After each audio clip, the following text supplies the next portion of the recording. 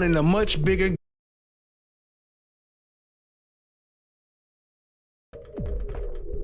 Peace and love to the gods and goddesses. Back again with the vibes of the divine. I am the god Shango, and today we're back in the cosmic courtroom, diving deep into the twisted world of the YSL trial. So as we all know, recused Judge Glanville got booted up out of here, right? Well, they replaced him with Judge Reese Whitaker, who's supposed to be the fresh face of impartiality. But don't be fooled by the smile, Flesh fam, cause this judge might just be another puppet on the same string.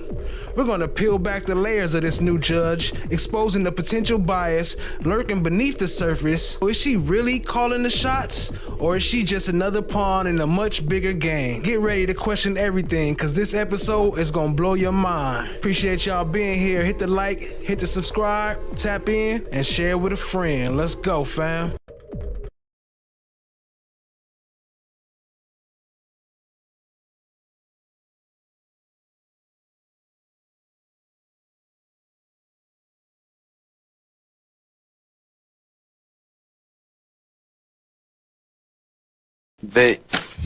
A lot of the state's theory is that Mr. Williams is in charge of a gang, and the gang does crime on his behalf. He asks for it, and they do it. We deny that. I heard the court say, and I heard the prosecutor say, that this is inculpatory, no exculpatory. Everything could be inculpatory or exculpatory. Okay, can I just... Of course. I didn't say it's inculpatory. I don't know. Okay. I said the state, if I said that, I'm repeating the state's maintaining that it's only inculpatory. I understand. Okay, go ahead. I appreciate it. The detail was a Zone 3 detail. All I know was to do is to go buy some drugs, not necessarily weed, maybe crack, some pills, depend. But at that particular time, that's what I was going for. Your assignment, your focus at that time, at that location, right on Cleveland Avenue, was to go buy some weed. Some drugs, yes, sir. All right, thank you. And what is your current assignment? Currently assigned for the homicide unit. And how long have you been with the homicide unit? 5 months. Prior to your assignment with the homicide unit, where were you assigned? I had a short stint with our robbery unit, and then I was with our general investigations unit, and prior to that, I was on Apex.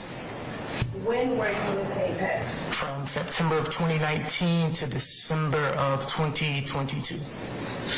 I started out in Zone 4, Allison Court, Dover Drive, all that area. I was assigned to Red Dog for about 3 years. Then I was assigned to Apex for about 3 years, and then my last 5 years I was assigned to K9. Now, this is the law of the jungle, as old and as true as the sky. And the wolf that shall keep it may prosper, but the wolf that shall break it must die. Just her jungle part, fam, not the whole thing. That girdles the tree trunk, the law running forward and back. For the strength of the pack is the wolf, and the strength of the wolf is the pack. All right, Mr. Williams. Oh, sit down, Mr. Adams. You can just wait a minute. All right, Mr. Williams. What's your response, madam? That the court already ruled on that, saying that you would bring it up as it comes forth. You stated that they couldn't use it in the opening, and I would just ask that the court use their instruction and make the state follow the instruction that the court already gave. Okay, but it may not be what I think that Ms.love is saying, Mr. Williams, is that the evidence may not necessarily be intrinsic. It might be for another purpose. It's what they expect the evidence to show. So, but here's the issue that kind of I'm disappointed is the court. You all could, we've had months and months and months. We could have taken this up before. I could have made it very clear. I don't need to take it up right on the eve of our jury sitting in the box. That's what I'm kind of more annoyed with than anything else. If you had clarity or wanted to seek clarity on that, I'm more than happy to rule on it, but I needed to go ahead and have some ability to do so. So I don't think it's intrinsic. It may be for other purposes, and I'll let the state reference that if they have a good faith basis to, that if they believe that's what the evidence will show. Okay? They put it in their motion as... Say again, madam? I'm sorry. They put it in their motion as intrinsic evidence, though. So they shouldn't have put it in their motion if they were going to... Yes, ma'am, I would probably agree with you, but did I ever rule on that issue? You said that you would do it later as it came Okay, up. well, here's the thing. Later is now. I got a jury in the box, so you could have asked me that an hour. I mean, we had time this morning. I could have gone through that this morning and made clarity on it for both sides. But do you have any other basis for the ruling? I mean, for my ruling, madam, any other argument?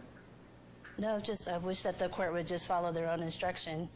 Well, I'll follow my instructions when you all bring to my attention what you need to in a timely manner, okay? And give me the full breadth of, so I can rule upon it accordingly.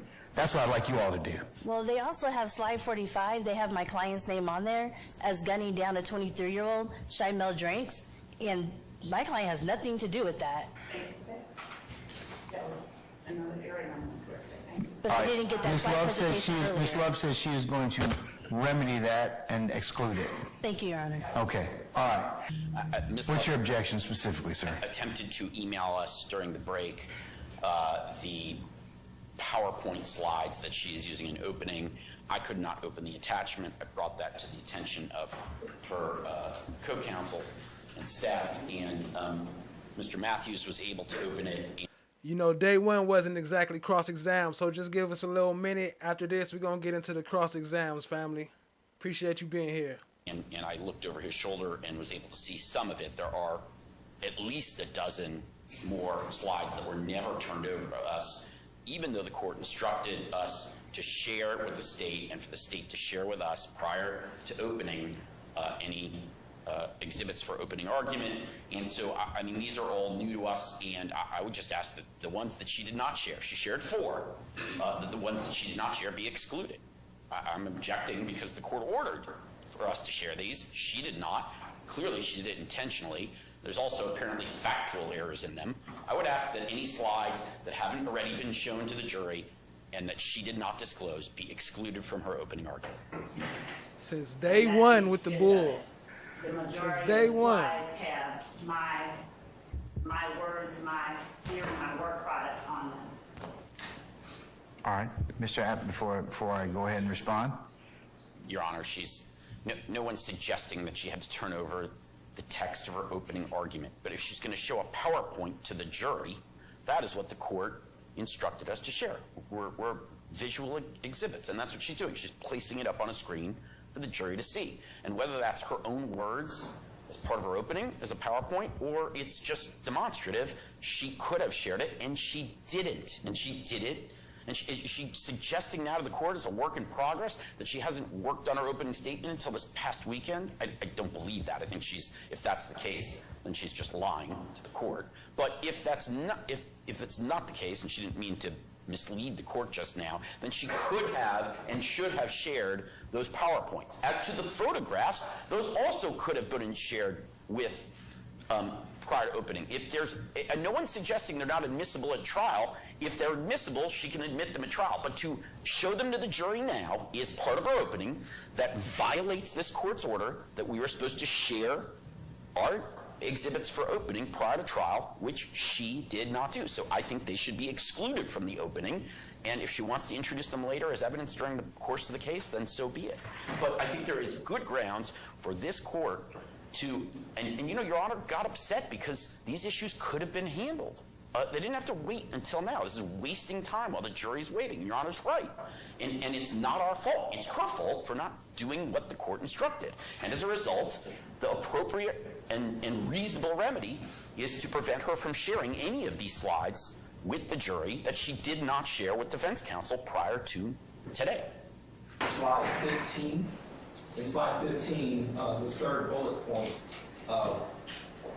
it references October 1st, 2020 in terms of that quote from the text message. In the indictment, Your Honor, if you look at Overt Act 102, 102. Real quick, family. How she get away with all this lying on the first day on her opening statements? It should have already been problems then. That should have already been signs of a mistrial coming. That's where that particular quote comes from, over Act 102. In over Act 102, the date of that alleged text message was March 12th, 2020, not October 1st, 2020, as in the PowerPoint presentation. That's number one. Number two, the quote in the indictment is different from the quote in the PowerPoint. So that's two errors in slide 15 pertaining to Marquavius Huey. And then when you go to slide 16, slide 16 is an overt act that is alleged in the indictment as overt act 123. In the state's opening presentation, the date they have is October 1, 2020, but in the indictment, that particular overt act is November 16, 2020.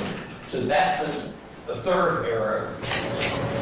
Now here we are in 2022 when this case was indicted, and now in 23 when it's being heard, they're using the same charge that they initially charged him with, of theft by receiving of a handgun.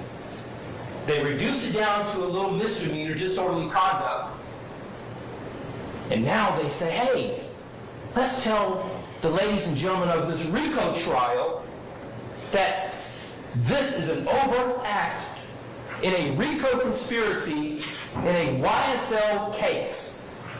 That's what they have brought to you in this indictment. The evidence will show that in 2018, this had nothing to do with anything concerning RICO. Because the evidence will show, had it, now keep in mind, the dates, 2013 to even the present, is what the government just told you all yesterday, was this RICO conspiracy.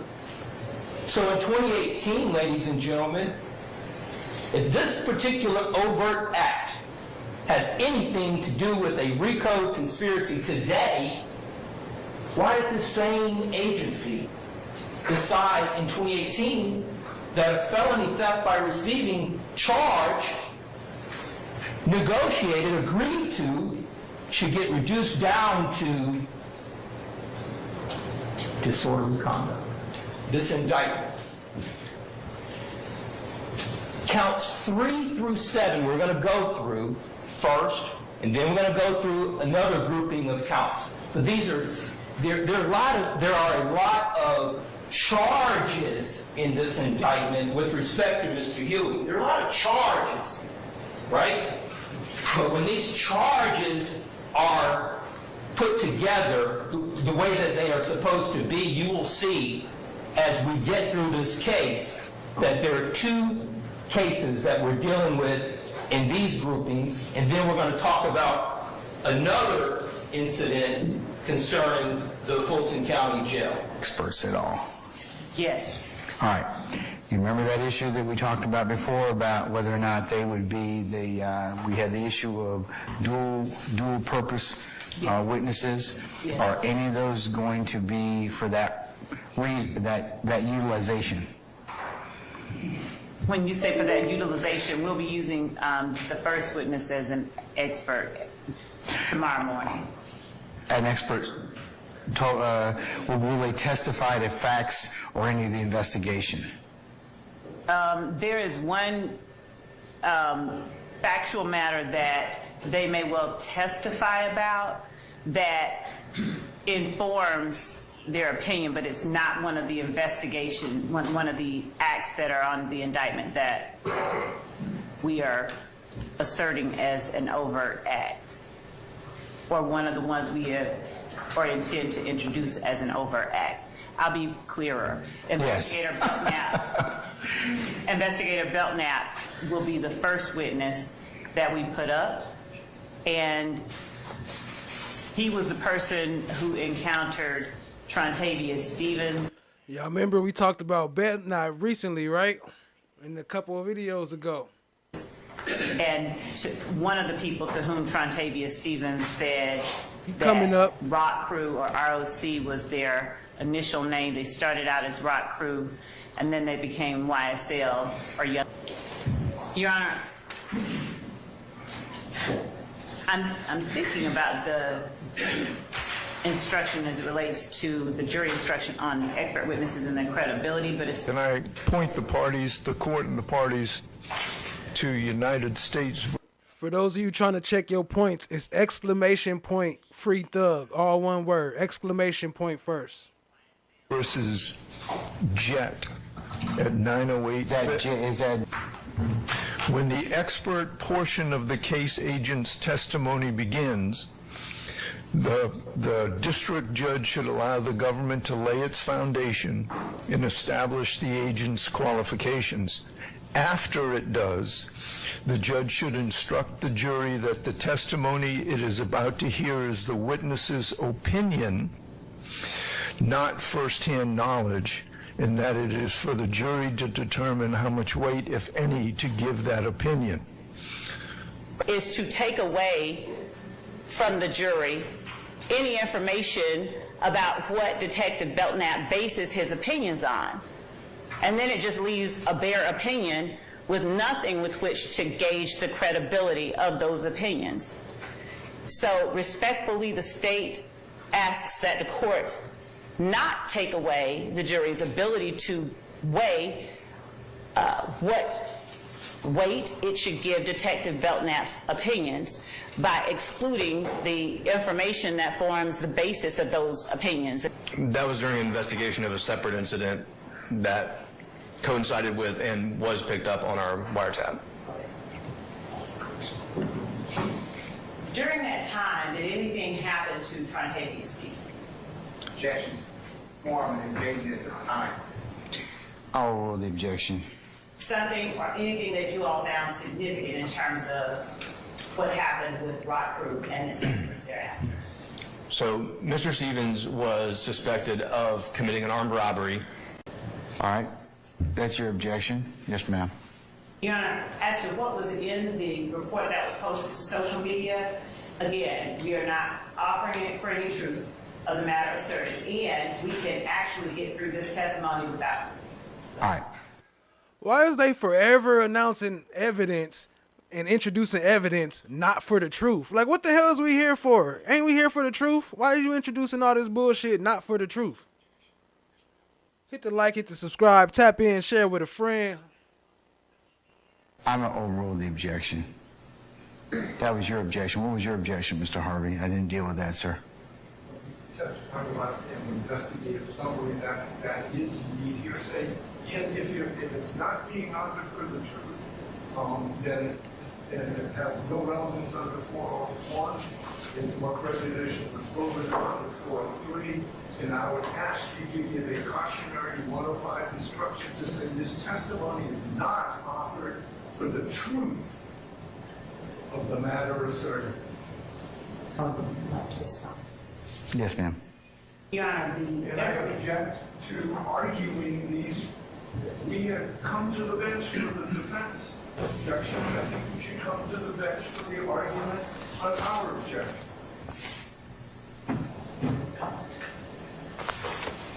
Okay, since you made the objection, Mr. Harvey, come on up.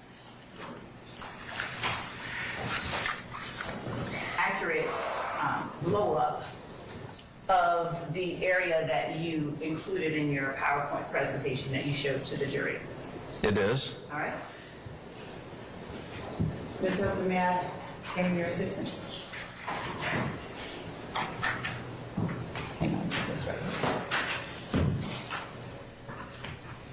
And without showing it to the jury, what area is depicted in State's Exhibit 1 lowercase bravo? It's part of the area around the Cleveland Avenue community. Your Honor, the state tenders 1 bravo as evidence. Or is it a demonstrative aid? Yes, it is. Yes. Sir, will this aid you in giving your testimony in front of the jury? I'm sorry, sir? Will this aid you in giving your testimony in front of the jury? Yes. Has it been changed or altered in any way from the presentation you gave earlier? No, Your Honor. Any objection, counsels? As to 1 Bravo, 1B. It's not on the exhibit list that we provided this morning, or late last night. Any further objection? Okay, I'll admit 1 Bravo for demonstrative purposes only.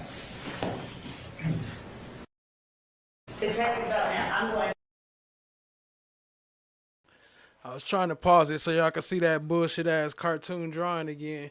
But you heard what they objected to, that it hasn't been introduced into the evidence as far as what they was gonna show in evidence. They haven't showed them this before, and then they just pull it and pop it in, a big ass printout of it. How long they gonna get away with this shit? This is day 3 already, fucking up. Just so that I'm clear, no time after you completed your report did you offer a supplemental report indicating that you observed gang signs? Correct. No further questions. Thank you. I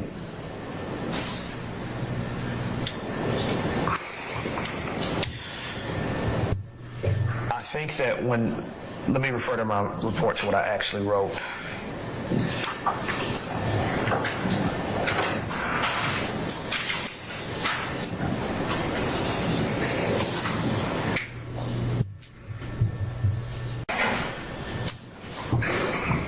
My answer is that when I wrote that Mr. Stevens was more aggressive than the other males, I was mentally incorporating the throwing of gang signs as a universal sign of aggression, but I didn't write it out.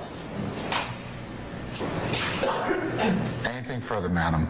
Do you have any particular relationship with anyone at State's table that would cause you to say anything that was not true? No, ma'am. That's all I have. Anything further, Mr. Adams? Just a little bit. All right. You're a police officer, right? Yes, sir. You're a captain. Yes. You what you do when you conduct an investigation affects people's lives, right? Yes. You arrest people and take their freedom and take them into custody, true? Yes. And you are charged with writing reports that reflect the truth so that someone down the road, maybe a prosecutor, can rely on that information and know if to or how to prosecute someone, right? Yes. That is extremely important. Would you agree with me? Yes. All right. And so when you write your report, and when you were writing reports back in 2013, those things were just as important then as they are today in this courtroom, right? Yes. Okay. And so you weren't a rookie officer back in 2013. You had been on the force for some 7 years? Yes. Okay. And so before coming in here to testify, whether it's today, I don't know, yesterday, last week, whenever, did you have an opportunity to sit down with the prosecutors and talk to them about your testimony and your recollection of the events of 2013? Did you do that? Yes. Okay, right. And you still came in here today, and this is the first time, right, that you're mentioning anything about gang signs that you saw when you were brought in here to testify in this, quote, gang case, right? Yes. Okay. Now, just out of curiosity, what was the gang sign? Hold on. What's the basis for your objection? Well, with respect to... What's the basis of your objection? For first time. I'm going to overrule the objection. Okay. Go ahead, Mr. Adams. Okay. What was the gang sign you saw being thrown? For first time. Shut up. On that day? No idea. No idea? None. Okay. So you know what's a gang sign, right? Yes. Okay. And you saw being thrown on that day? No idea. No idea? None. Okay. So you know what's a gang sign, right? Yes. Okay.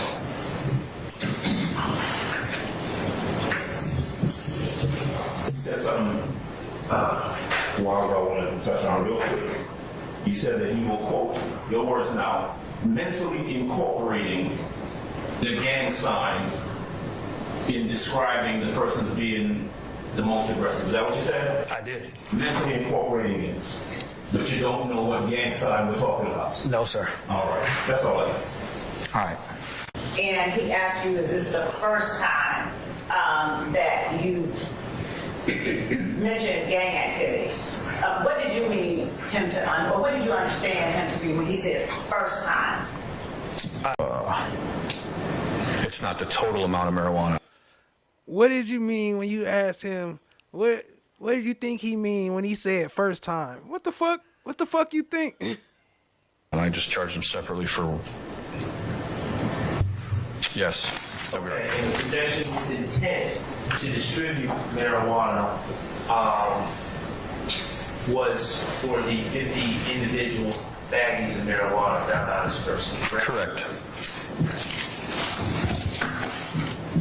And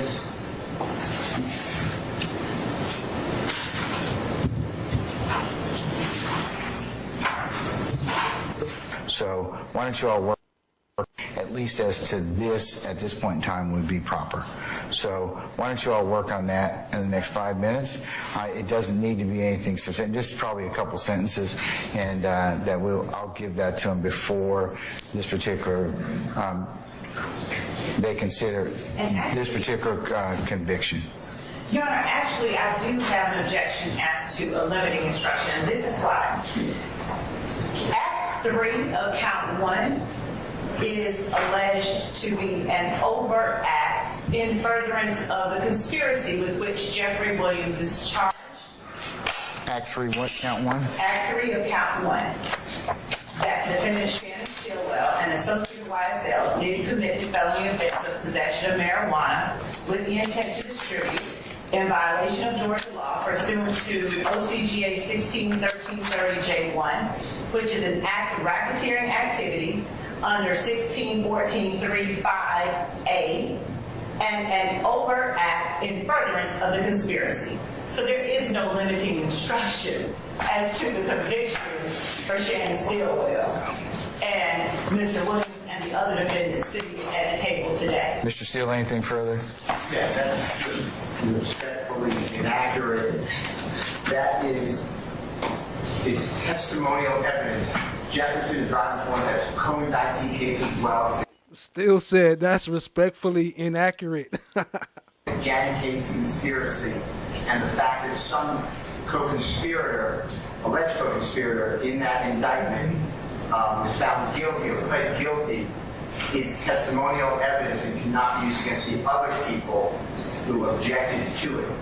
What the state is saying is throw away the constitutional right to confrontation, the statutory right. If this was a brute, I'm just making an analogy, Your Honor, if this was a statement by Mr. Stillwell to the officer and he implicated somebody else here, that would have to go under brute. There's no magic to a RICO case that's a conspiracy. The state has to first prove the conspiracy, and this allegation is testimonial evidence that cannot be used against Mr. Williams. If Mr. Stillwell testifies...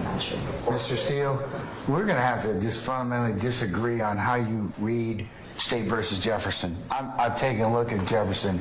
That is not what Jefferson says. I respectfully to you, but I don't think that Justice Melton, who wrote the opinion at that point in time, in any way saying anything you're saying about that issue in regards to that, because this case covers a business record. They're not trying to get it in under a business record. They're saying that this particular count goes to acts in furtherance of the conspiracy, specifically the one that occurred on or about the 23rd of August of 2013. And I'm See, Glanville got a big habit of that, huh? Fighting for the prosecution. He don't do that for the defense, but he'll sit there and argue all day for the prosecution. looking at it right now. Could you please just read the case? Yeah, I've read it. That is not what it's saying. No, I'm looking at him.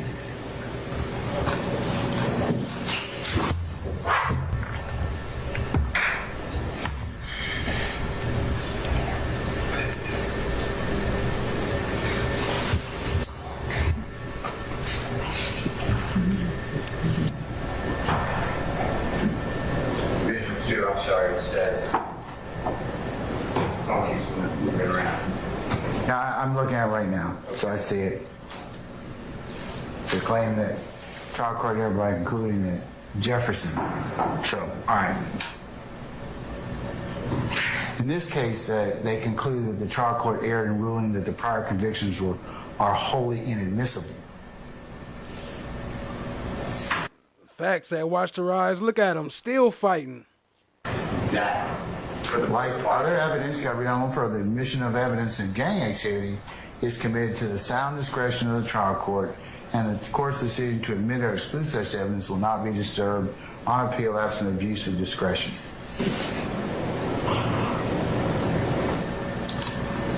And again, this is in regards to 1659.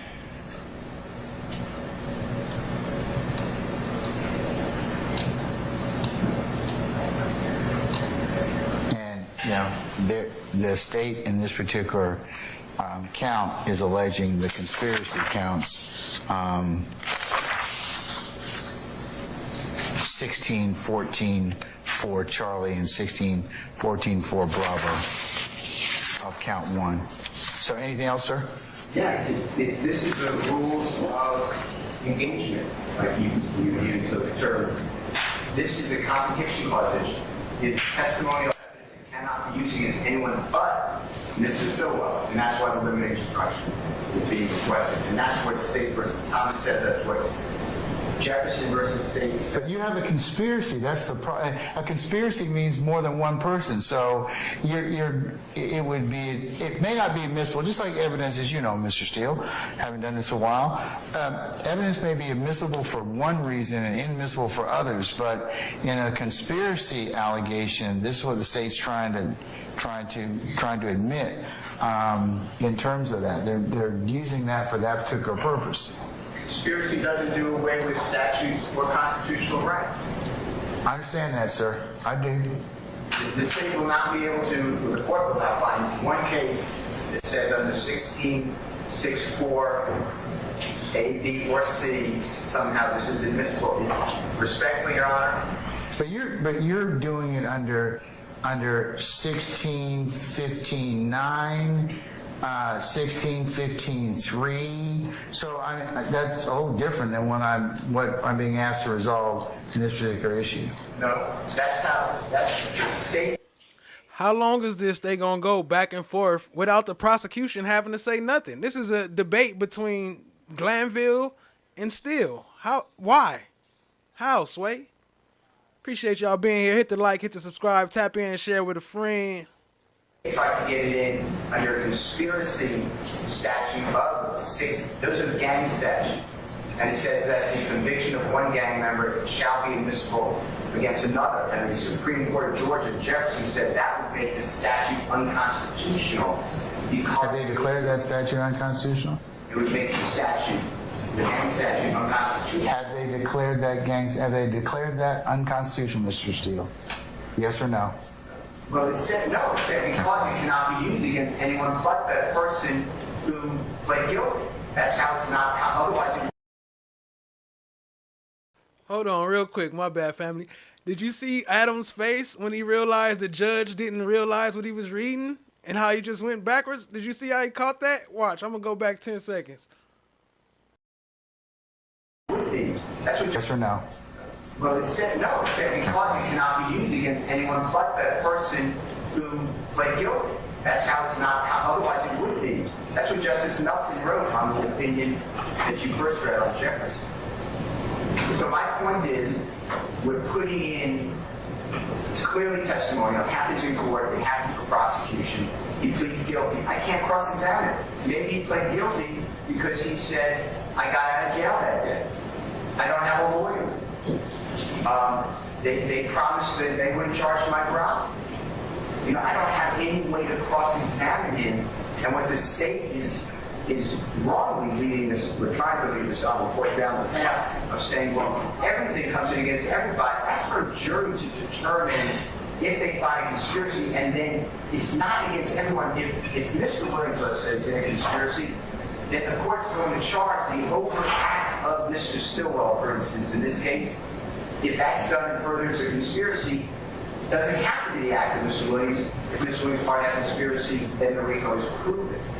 It's the actual transgression into the confrontation clause that keeps that out against Mr. Williams. It doesn't change anything about the RICO count. The state still has 191 acts, 190 acts, I believe, to then say somebody committed one of these acts if they're involved in a conspiracy, and if that overt act furthered that conspiracy, then that person may be found guilty of the RICO. But that's not to say that every single thing done here means that the confrontation clause is not violated. So that's why I'd like jury limiting instruction. Your Honor, respectfully, I disagree. I've consulted with E.D. Carlson, who also disagrees and is in agreement with our position that Jefferson applies to the Gang Act and not RICO. And the overt act is to prove the nature of the enterprise. And in Jefferson, there were no witnesses. He is stating and articulating the exact distinctions that I have made to the court. All right, Mr. Steele, I'm going to overrule the objection and authorize that when the jury comes back that those particular states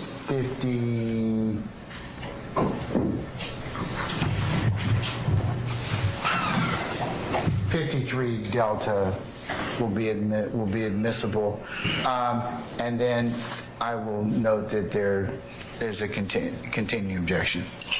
All right. All right. Can I mention something else while you're here for a second? That came up on that last exhibit. Space. 52 Delta, I think it is. In the court, Mr. Sharp made an objection going out to the jury. I'm not resolving those issues right now. We'll take up those at the end of the trial because some will go out with the jury and some will not be. I'm not going to rule on those right now. I don't need to. I'll email you. It's just part of the statute because I don't need to right now, Mr. Steele. Believe me, when we get to that point in the trial, I'll go ahead and take up all of the exhibits that will go to the jury and those that have been and will not. And I'll make sure that we cull those out and we have a good list. I just don't want to deal with it right now. Okay. All right, we're in recess. See you all back in about 5 minutes. You've eaten up all your time, so see you then. We just wanted to go to break. I'm moving on to the 7 pills. They're Xanax. Is that fair to say, or they look like Xanax? Yes. But not in a container. Is that right? That is correct. And when I say a container, that's a bad word. Not in a prescription pill bottle like they're supposed to be. Is that true? That is true. Okay. And you found them, you said in the cup holder, right? Yes. Do you remember writing a draft report in this case before the final report? Yes, I do. And do you remember in the draft report saying that the... This is Detective Belknap that he talking to, just for those who don't know. The 7 blue pills were in the center console area. Do you remember that? That is true. Nothing about plain view or in the cup holder in the draft report? There are cup holders in the center console. Okay. But you didn't say that in the draft report? No, I did not say that. Okay. Now, to be fair to ladies and gentlemen jury, I asked... Question as to the form of the question is then beginning about being fair to ladies. I sustain the form of my question. Just rephrase it, Steele. Okay. I asked and you tried. Well, let's go back a little bit. Team, you had the ability to record, and you did record this incident with Mr. Williams. Is that fair to say? That is fair to say. And this is on, when I say recording, we're talking about video as well as audio recording, right? That is correct. And I asked to bring to court the video and the audio. Is that true? I want to say the prosecutor asked for me to bring that to court. Okay. And you tried to find it, right? Yes. And other people tried to find it. If you know, if you don't know, that's fine. Well, I don't know how hard they tried, but other people did look for it, yes. And it came back that there is no audio or video that I could show to the jury, right? That is true. it's lost. It is lost. By the City of Atlanta Police Department or the DA's office or somebody there, right? Your Honor, I object to that latter part. I'll sustain it as to the It's lost by the authority. latter portion. Is that true? Yes. That is correct. You saw car window tints, and that is the sole reason you pulled this car over. That's your testimony, right? That is correct. Okay. Hey, she be getting down. But real quick, I want to say something. Big facts at Melissa Peters. She says, yeah, and some of them would not speak with defense attorneys for deposition before a trial. They refuse. Exactly. Like, why would the police refuse to speak with the defense attorneys? I can understand, like, the defense not speaking with the prosecution, but why would the cops not want to speak with them? What type of shit is they hiding, or what do they got against the defense? Just a question. Appreciate y'all being here. Hit the like, subscribe, tap in, share with a friend. And you explained that you had several FIT members with you, correct? Correct. You plus 4 more. I think it was myself, Owen, and yes, myself and 4 more. All right. And the FIT team, you were in 2 separate vehicles that day, correct? That is correct. And you saw this vehicle, you pulled this vehicle over, and all of the FIT team approached the vehicle, correct? That is correct. Now, it is general practice for the FIT team to all get out of the vehicles and approach a vehicle at the same time, right? It is. All right, so it wasn't just a window tint. That wasn't the reason that you approached, that all of the FIT team approached the vehicle. You always all approach the vehicle, generally speaking, correct? Correct. All right. So you had the vehicle surrounded, 3 officers on one side, 2 officers on the other, correct? Correct. And Officer Owens actually went to the driver's side where Mr. Nichols was sitting, right? Correct. I was next to him. Okay. All right. So Officer Owens, from your understanding, asked Mr. Nichols to roll down his windows. Correct. All right. And Mr. Nichols said, hey, I can't roll down the windows, and opened the door to comply. Correct. All right. And then Mr. Nichols was asked for identification.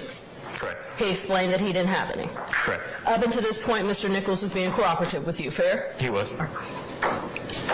Now, inside of the vehicle, you listed some passengers, 3 black males. Including the driver. Including the driver. 1 black female. Correct. And a child. Correct.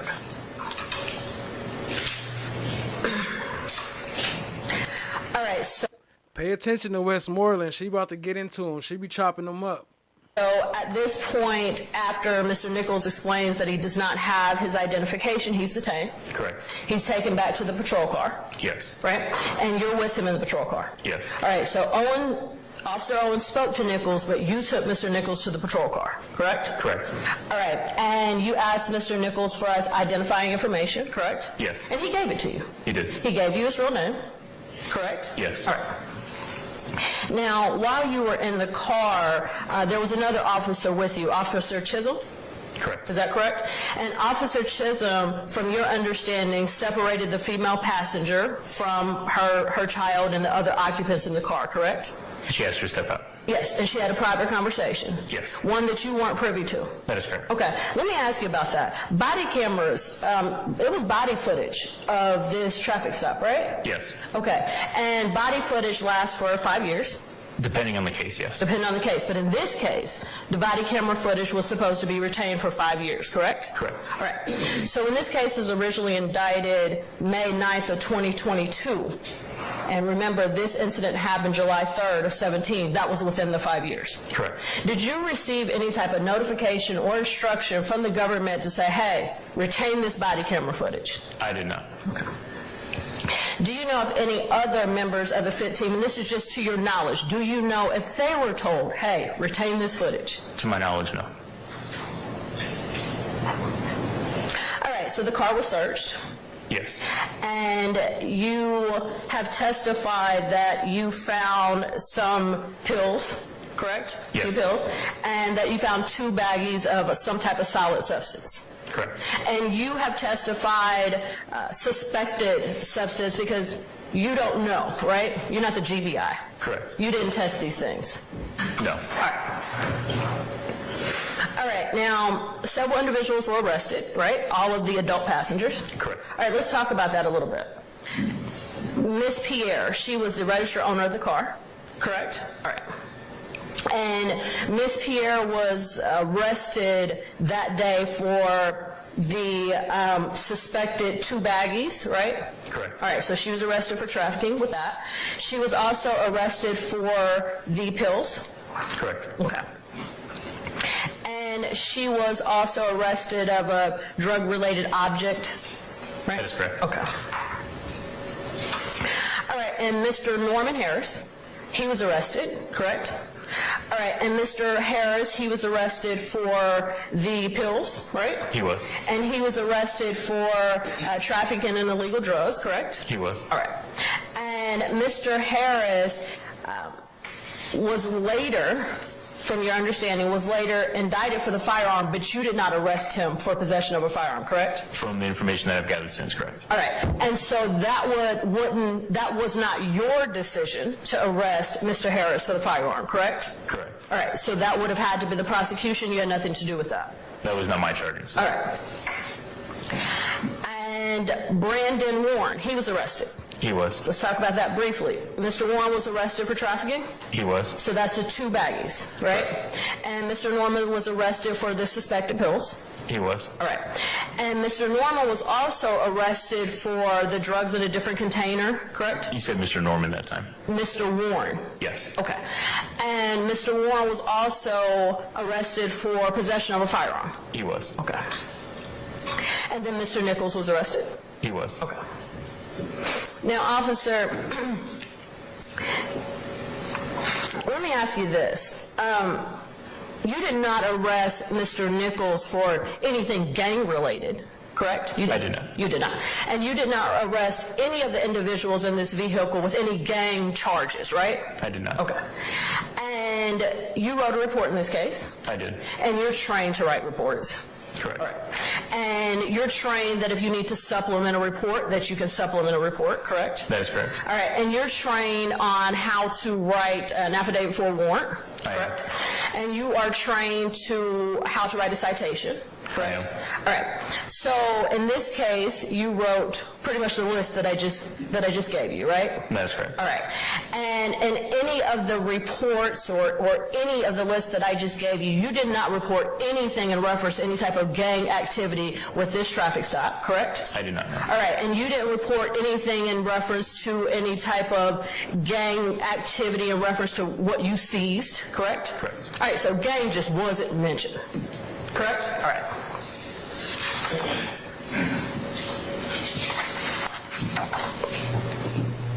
All right, just a few more questions. You're aware that Norman Harris pled guilty to possession of a firearm in the drugs, correct? I was not aware, no. You were not aware of that. Okay. Ms. Pierre, you testified that she was the owner of the car. I want to make sure that I have that correct, right? That is correct. And you're aware that Ms. Pierre pled to the alleged drugs found in the vehicle? I was not aware. Okay. All right. I have no further questions. Thank you. Sir. Afternoon. Sergeant Maldonado, you are familiar with APD SOP 3067 gang data reporting? Not off the top of my head, no. Okay. So if I showed you the document, do you think it would refresh your recollection? I'm not sure if I've read that particular SOP.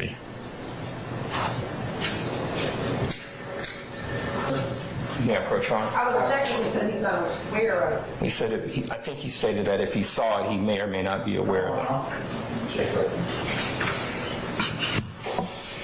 He said, I'm not sure if I read that particular SOP. All right.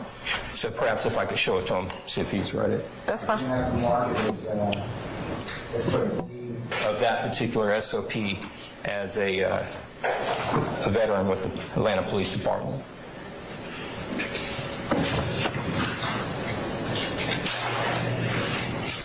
So this particular SOP, it does not ring a bell to me, no, sir.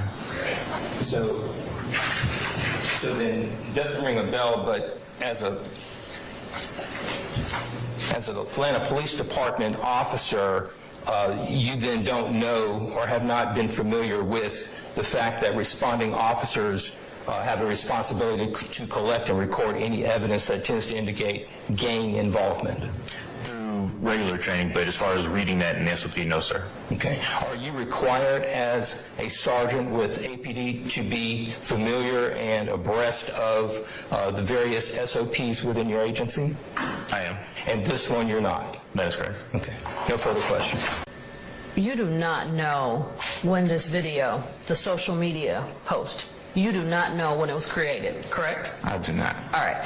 And you do not know who posted it, correct? You cannot say that for a fact? I cannot say who posted it. Okay. And in fact, you do not know who filmed the video, correct? I do not. You do not. All right. And you do not know what approximate time that you saw the post, correct? Well, in my narrative, it says 20 minutes. No, what time you saw. Yes, you do not know. No. Okay, and you do not know what device that you were using to see this post, correct? Nah, hang on, because you said, I don't know what time it happened. If we comparing the body camera video to when I'm saying 20 minutes in my report, it would have been roughly approximately that time. You don't know when the video was created. You don't know if it was created and posted on the same day. You do not know. We're not talking about that, though. We're talking about you saying how long after me seeing the video. That's what you just said. That is not what I said at all. Let's just go back a little bit. Let's slow down, okay? All right, right now I am just asking you questions about the post itself. Gotcha. Okay, I'm not talking about your body camera. All right. Okay, so I asked you, you do not know when the video, meaning the Instagram video, when it was created. You do not know that, correct? No. Okay, because you didn't make it. You don't know. No. All right. And you do not know who filmed the video. You weren't there. You do not know. No. Okay. And you do not know when the approximate time that the video was posted, correct?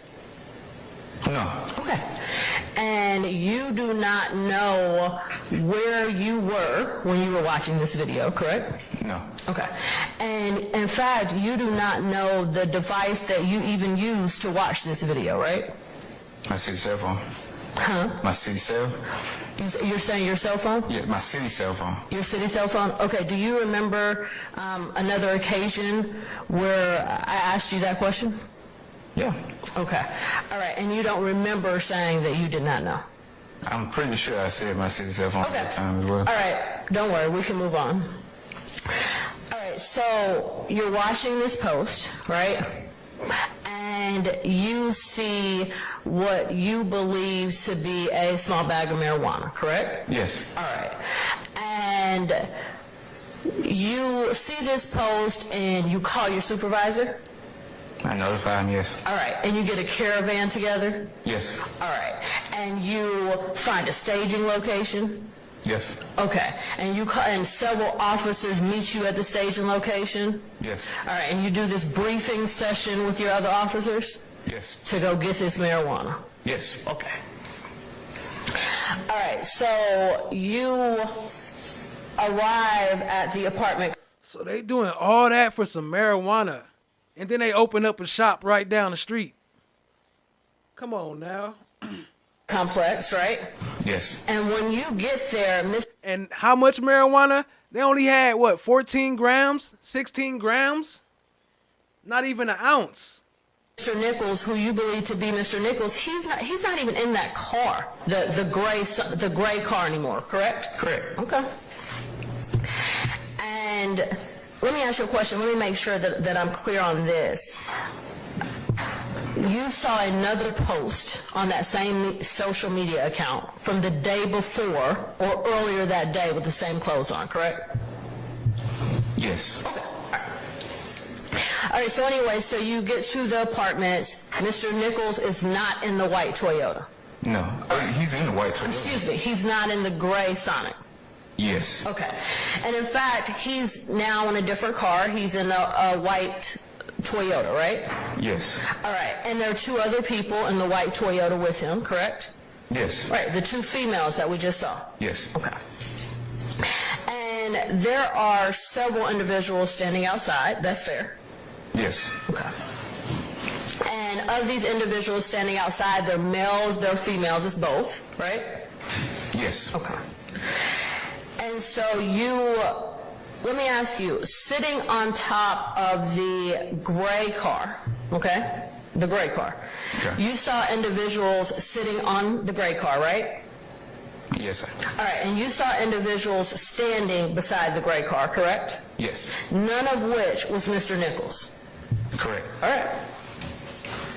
And so you park your patrol car, right? And you get out. And you testify that you smelled marijuana in the air, right? Yes. And specifically, you said you smelled burnt marijuana in the air, correct? Yes. Okay. Now, Mr. Nichols, you approached Mr. Nichols immediately, right? Yes. Okay. And Real quick, keep that in mind. He said he smelled burnt marijuana in the air, right? So if it smelled like marijuana all out there, how the hell the dog know which car to go to if it already smelled like marijuana outside? he didn't have any marijuana in his hand, correct? Yes. And you didn't observe him smoking any marijuana, correct? Yes. Okay. And he didn't have a firearm in his hand or anything of that nature, right? He didn't. Okay.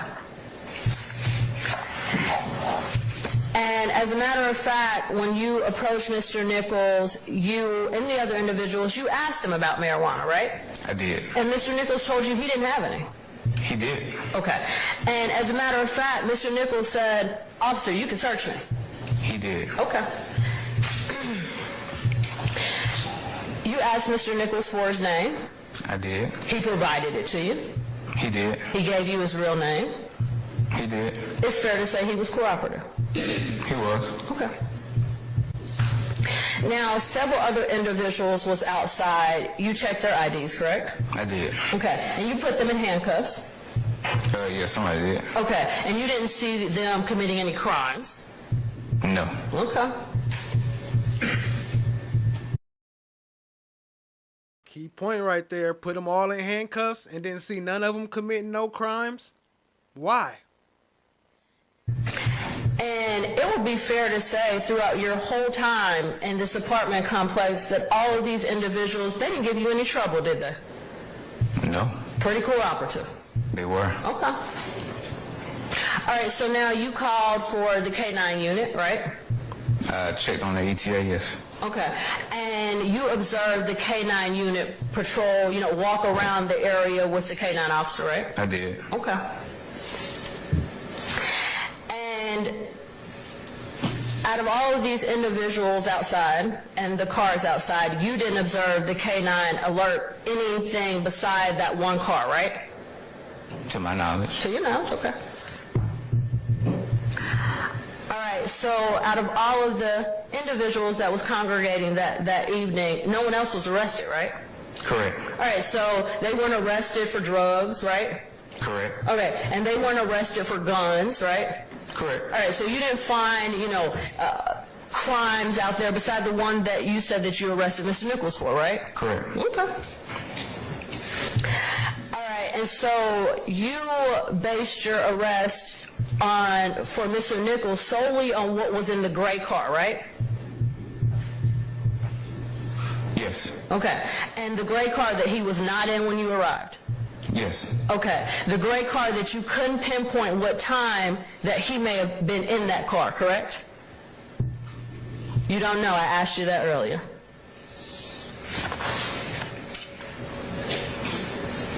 Correct. Okay. All right, and Officer Ross, let me just ask you this. You're aware that the marijuana charge against Mr. Nichols was dismissed? No. You're not? No further questions. Approximately were out there that night?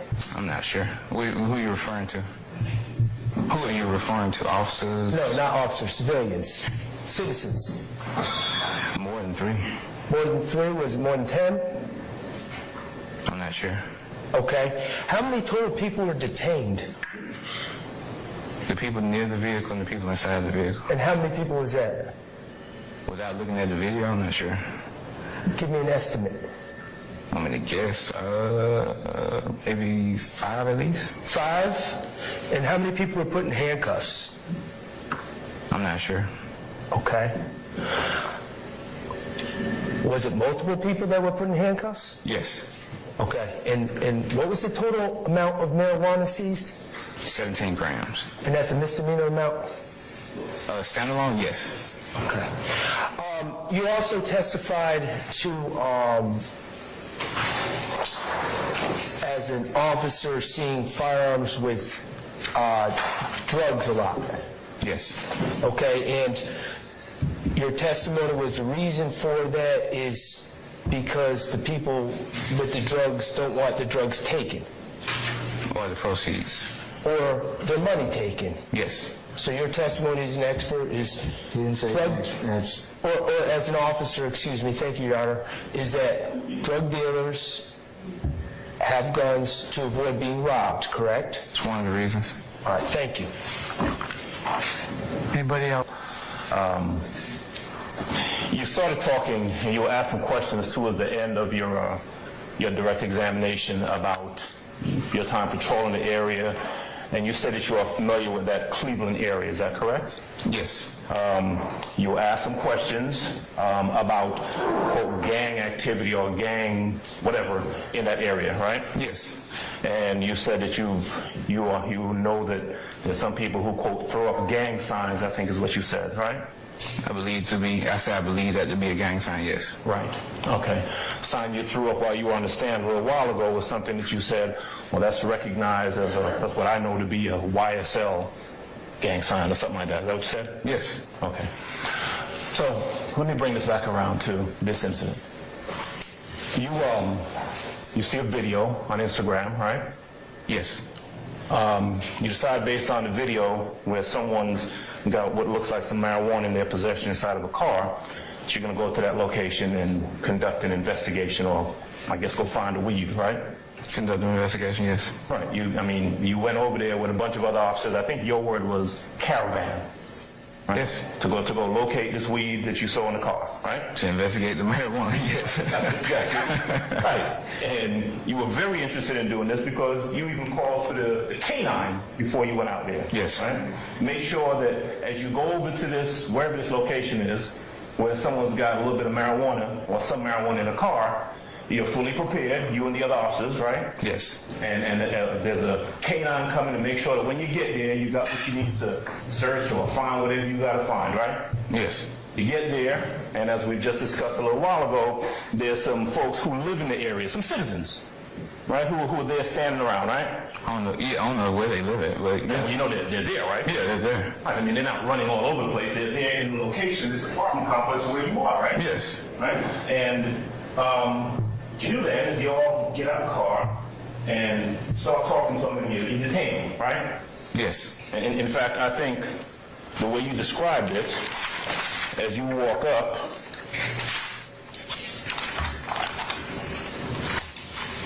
let's see, you say something to the effect of on the tape that we saw, do me a favor, I'm going to detain y'all. That's what you say, right, when you walk up to these folks. Who just I believe so. I believe so. Detain in your word means put them in handcuffs, these citizens, right? Yes. Right. Even the ones who you hadn't observed commit any crimes, these folks in their neighborhood are put in handcuffs by you because you want to detain them, you want to investigate, right? To locate the marijuana, yes. Locate the marijuana that you saw in a car on an Instagram post that you don't know when was posted, right? Yes. Okay. And so these folks who are just standing around there in their neighborhood, right, detained, quote unquote, put in handcuffs, and you tell them, as you're conducting an investigation, that you're being detained. As a matter of fact, one of them you said something to the effect of, some kid, you said, you're being detained, you're a grown man now. Based on his age, yeah, he was considered grown by the state. Yeah, I mean, but that's what you said to this kid who's standing around there, right? Yeah. Well, he was putting handcuffs. Well, somebody else was talking to me. I didn't say that to him. You didn't? Somebody was talking, somebody asked me something, and I said, he's a grown man now. So when you said, when the words are said on the tape, and we saw the video, you being detained, you were grown. See how quick they be to lie and switch up their stories, try to make themselves sound better? They don't get impeached though, huh? Man, now prior inconsistent statement. I just said that was me. I said somebody was asking a question of him, I believe, and my response to them was, he's a grown man now. Right. And that's the kid you're talking about who didn't have the, who had the ID that he had gotten to get a job or something like that, right? I guess so. Remember him saying that? I don't know if he was getting a job, but I guess so. You don't remember him saying that I went to this location to get this ID, you got to get it to have a job? You don't remember that? Couldn't really hear. Okay. So, as you're conducting this far-ranging investigation looking for this marijuana, you're talking to individuals who are there, right? Yes. Somebody says something to you and you says you can have a seat on the ground. Remember saying that? Yes. Okay. And then you conduct the search and you find 17 grams of marijuana is what you found, right? Yes. And you found 3 guns, right? Yes. Mr. Nichols gets arrested. Yes. And that is the extent of it, right? Yes. Except at no point while you're conducting this investigation, while you're on the scene, is there anyone out there throwing up gang signs, right? Correct. All right. Ain't nobody out there while you're conducting this investigation that you're here talking about, that you're here testifying about in this RICO racketeering gang case, throwing up gang signs saying, I'm selling some marijuana because I'm by itself. None of that, right? I sustain the objection. No gang signs. You see, Adam's about to get buck on him. Go get him, man. He's looking. No gang signs. All right. Yes. None of that investigation that you're here talking about, that you're here testifying about in this RICO racketeering gang case, throwing up gang signs saying, I'm selling some marijuana because I'm by itself. None of that, right? I sustain the objection. No gang signs. No gang signs. All right. That's all. Responding officer collecting gang-related information when you go to these scenes, correct? Yes. And you didn't document that as any gang signs, any paraphernalia, any language about any gang signs that particular night, correct? That night, no. Okay, nothing further. Anybody else? All right. All right. How long you been a police officer? 11 years. How long were you with the Apex unit? 3. As an officer with APD, Apex unit, when you're conducting an investigation outside, in front of people, is it common that people will throw their gang signs while you're in the midst of the investigation? No, not when they get detained. No, yeah. Not when they're being detained, right? Okay. Everybody's talking about the marijuana. Were there weapons found as well? Yes. Why do you detain individuals when you first get on the scene? Oh, well, in this sense, I didn't. Real quick, family. Here they go again, hiding all the offers. Why all the cops hiding their face? And also, y'all heard that Apex, right? If y'all ain't seen the Red Dogs video I made, y'all gotta go check it out.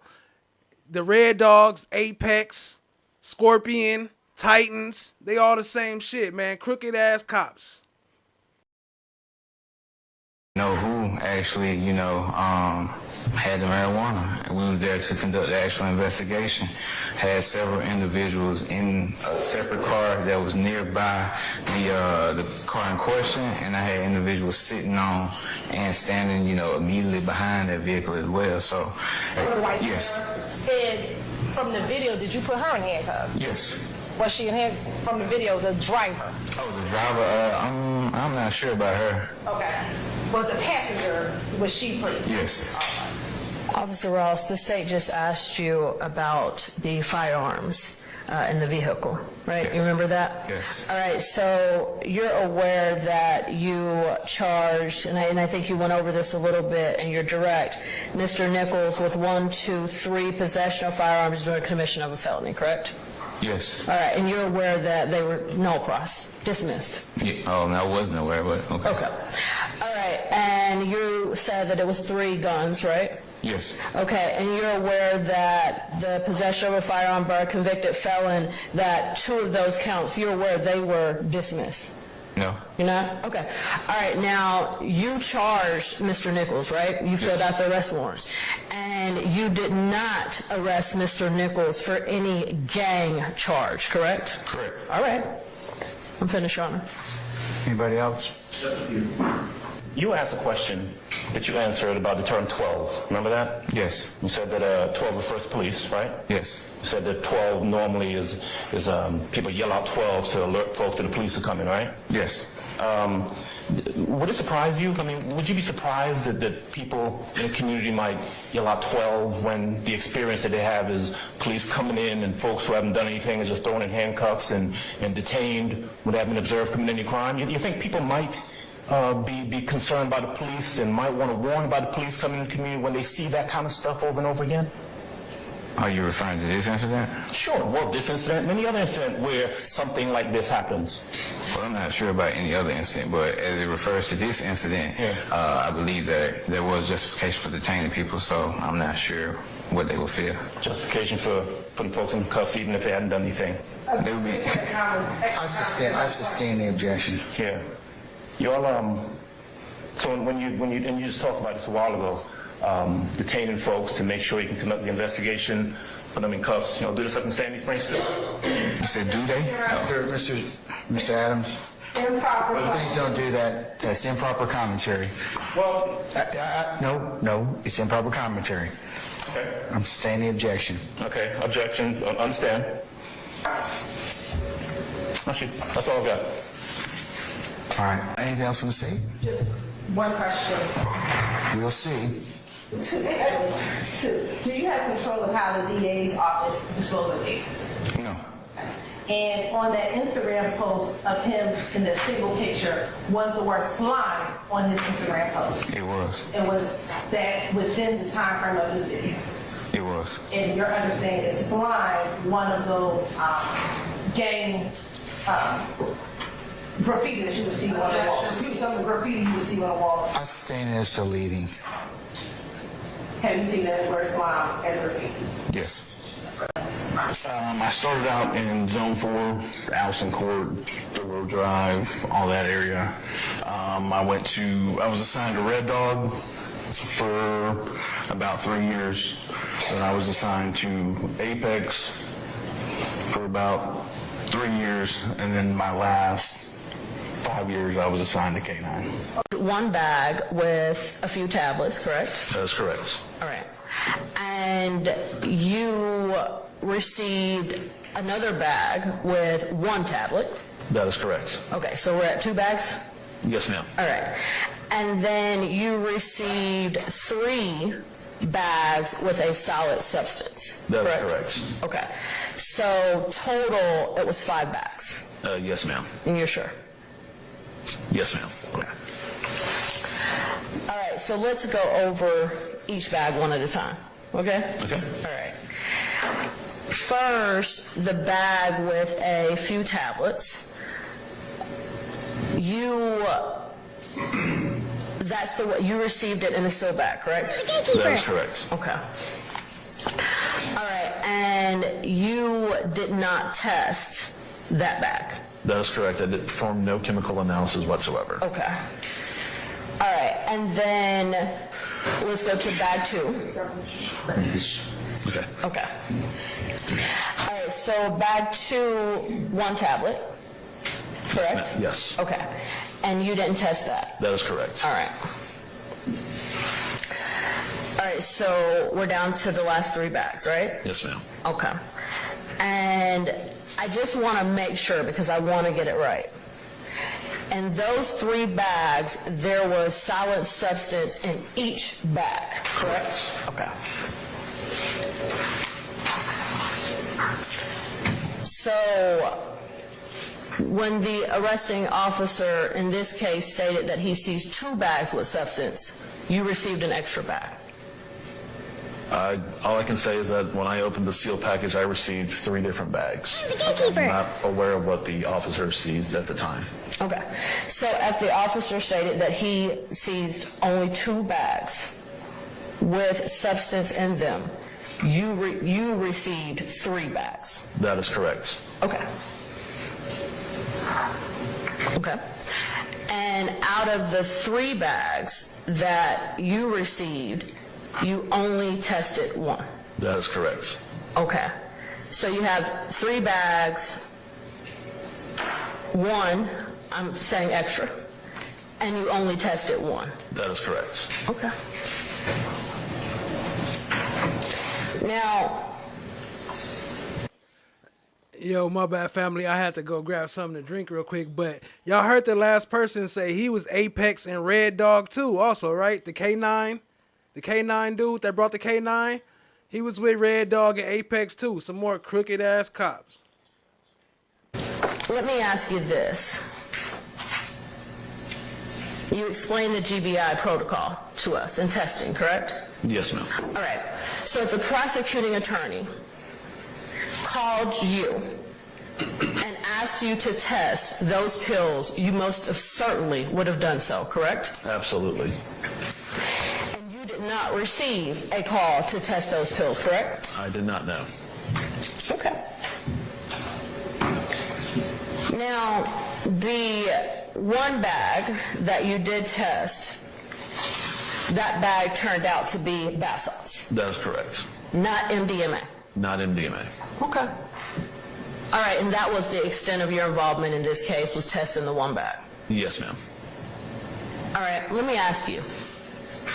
You have no idea who that one bag of bath salts belonged to.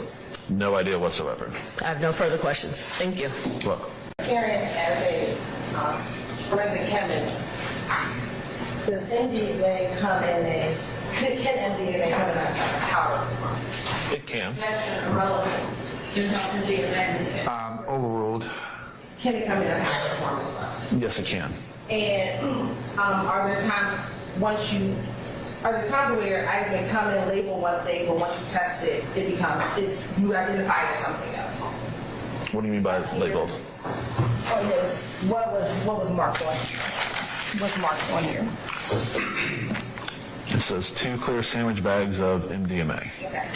In your experience in working with GBI, are there times where ice could be mislabeled or it's not MDMA when the test that you find is another substance or something else? Overruled.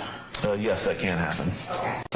Your involvement in this case is that you come to the location as you and other Why he overruled that? Knowing he was sitting there lying. She's sitting there talking about, is it possible to be something else? Like, what? officers pass that location, you see folks run inside. Yes, sir. Okay. And that was enough to make you all stop and go inside and pursue and see what was going on, right? Yes, sir. All right. You hadn't seen any crime being committed at that point, right? No, sir. Where is this location? 151 Cleveland Avenue. Okay. How many of you guys, law enforcement officers patrolling at that time? I can't answer that question. I'm not sure. Okay. Roughly how many cars? More than one car? In that area? Well, right there. I just seen what we're talking about right now. We were the only responding car at the area at the time. Okay. All right. And so, see some guys run inside a store.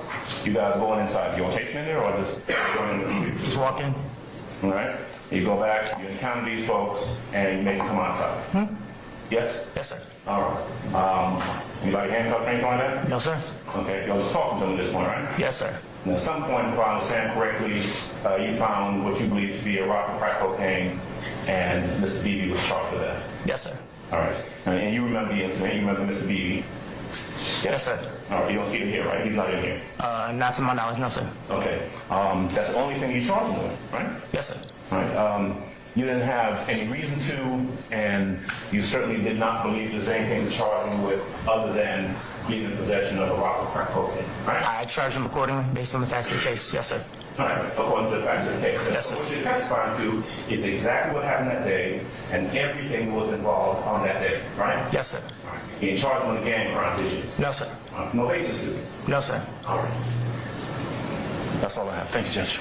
Anybody else? And what is the current assignment? Currently assigned for the homicide unit. And how long have you been with the homicide unit? 5 months. Prior to your assignment with the homicide unit, where were you assigned?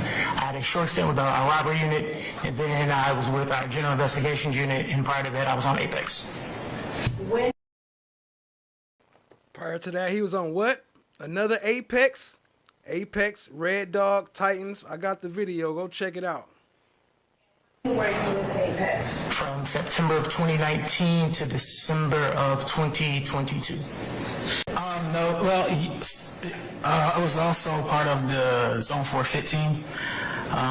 Then I went to the gangs unit as a gang enforcement officer, then auto crimes enforcement officer, and now I'm in Zone 2. Okay. And they wanted to do a little and try to put an impact on the drug sales in that particular area along the Cleveland corridor. So they asked me to go undercover, try to buy some drugs. So I was pointed to that location by one of the Zone 3 officers. Said there might be something going on in there. So I walked in. As I walked in, there was a male who was wearing white pants, white shoes, with a blue jeans jacket. He was standing somewhat in the doorway. I walked in. I just asked him, "Hey man, you got some smokes?" He said, "Yeah." I said, "How much you want?" I said, "I got a 20. He reached in his pocket, pulled some weed out, wrapped it up into a lottery ticket. I paid him the 20. He said, "Hey man, here's my phone number." I got his phone number, and I left. Once I got back into my car, I left the location to update the takedown units of the sale, give them a description of the mill that I bought the weed from, and just proceed to the next location. Okay.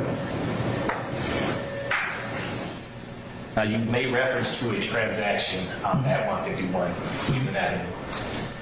Can you kind of walk me through that transaction? Okay, so I pulled my undercover vehicle up at the pumps. At the same time, I do have close cover who are somewhat in the area just in case something goes wrong. I exited the vehicle. I walked into the store. Again, he was somewhat in the doorway. I walked in. I approached him. "Hey, man, you got some smokes?" He said, "Yeah." He said, "What you want?" I said, "I got 20.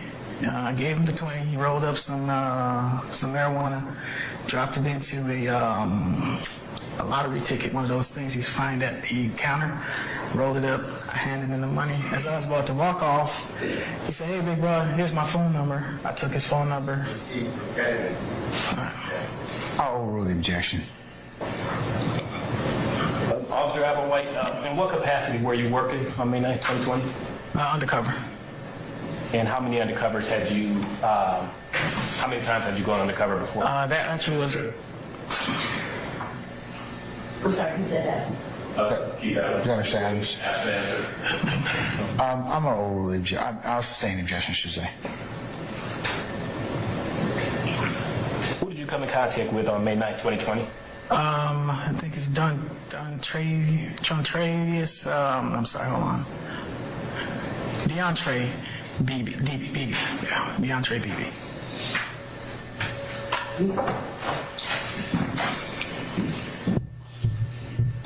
Applewhite or Applewhite? Applewhite. Wait. Yes, sir. Like A. Okay. Good afternoon, sir. Good afternoon. Got just a couple of questions for you in regards to what you just testified about, okay? And if you don't hear me, if you don't understand my question, please get my attention, let me know. I'll be happy to repeat.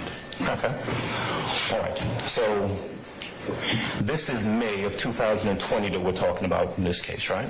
Correct. All right. This incident happened back then, and then you were part of the Zone 4 FIT team. Did I get that right? Correct. Okay. You were working in what is called an undercover capacity. Correct. Now, you used some terms earlier that I want to talk to you about. You talked, for example, about high crime area. Correct. Right? Zone 4 is a particular portion of the city of Atlanta, right? Correct. There are many different zones in the city of Atlanta. Correct. There are very many high crime areas in the city of Atlanta. Correct. Zone 4 ain't the only high crime area in Atlanta, right? Correct. Right, so although we're talking right now about an area that someone says is a high crime area, you can go to areas of Buckhead, Atlantic Station, where there's a lot of, where there's drugs being sold, right? Correct. You talked also about a high drug area, right? Correct. There are a lot of high drug areas in the city of Atlanta, aren't there? Right, it's not just Cleveland Avenue. Right. Right? It would be incorrect to say that the only place there are drugs sold or where there's crime that takes place is Cleveland Avenue. That wouldn't be accurate, right? Correct. Right. In fact, if as a police department or police officer you chose to target a high crime area and you wanted to go into somewhere in Buckhead, you could find a high crime area in Buckhead to target, right? Correct. To do undercover buys at, right? Mm-hmm. To find people who sell weed, correct? Correct. On this day, you went, you didn't go on your own. You were told by, I presume, correct me if I'm wrong, other members of the FIT team about this particular location. Correct? Correct. Right. I mean, they could have sent you anywhere else. As a matter of fact, if I heard correctly, you said that there are a couple different areas that you would go to. You'd maybe hit one area, right? And depending on, I'm sorry, I keep taking glasses on and off. I got to see. Let's see. If we get a lot of people, then you move on, you go to another area. No, so if I have, let's say we arrested 10 people, that's a day's work right there. That's a good day. It's a day's work. Okay. It takes a long time to process the evidence, the warrants, the transportation. So again, if I get one person, then we'll move to the next location. Go to somebody else. Another location. I don't, Well, you got a number of people. I mean, you said there's one person, right? Versus 10 people. Right, gotcha. One person, you got more work to do. Right. 10 people, I'm done for the day. Right. Okay. You ever heard the term weed man? Say again? Weed man. Weed man? Yeah. I mean, you know how sometimes folks, I don't know, college kids, regular kids, adults, young folks go looking for the weed man to go buy some weed? Oh, okay, yeah. Right? You heard that term before? I've heard. There is such a thing called a weed man, right? Yes. Okay. Sometimes it's one man. Sometimes it could be a woman. It could be a weed woman, right? Correct. Okay. When you got to, what's the address? 151 Cleveland Avenue. You're there to do the undercover buy, right? Yes. You're dressed in an undercover capacity. You look like a regular dude. Right. And you encounter this guy that you referenced earlier who is in white clothing, I think you said, right? Correct. You walk in, and you approach him, and you ask him if you got anything. Right. You were looking to buy some weed. Correct. And lo and behold, you bucked up on the weed man, and you got... These niggas doing undercover weed bust for $20 worth of weed. Come on, man. Are you serious? $20 worth of weed, right? Correct. Okay. And I think I heard you say that... and then this was a young, his name was BB. Right. I think he said Durante, something like that? Durante, yes. Okay. He gives you $20 worth of weed in a, what'd you say, a lottery ticket or something? Yeah. Oh yeah, Durante BB. We gonna hear about him a couple times in this episode. Is he anywhere in the courtroom? No. Okay. So you get your $20 worth of weed from the weed man, and you're out of there. Okay. Was he by himself? So now they had maybe one or two other people in the store with him. Okay. All right. But what has just taken place is you just bought $20 of weed from this kid, right? Correct. Okay. And that appears to be the long and short of it. You left out of there. Your job for the day, at least at that point, that location was done. Correct. $20 weed sale. Correct. Okay. And then you left and you told the takedown unit. Did I get that right? Is that the name of it? That's correct. Okay. They're the folks that you would call to say, hey, I just bought $20 worth of weed. Come and get the guy. Correct. And you weren't there, but presumably they went to go get the guy. Correct. Okay.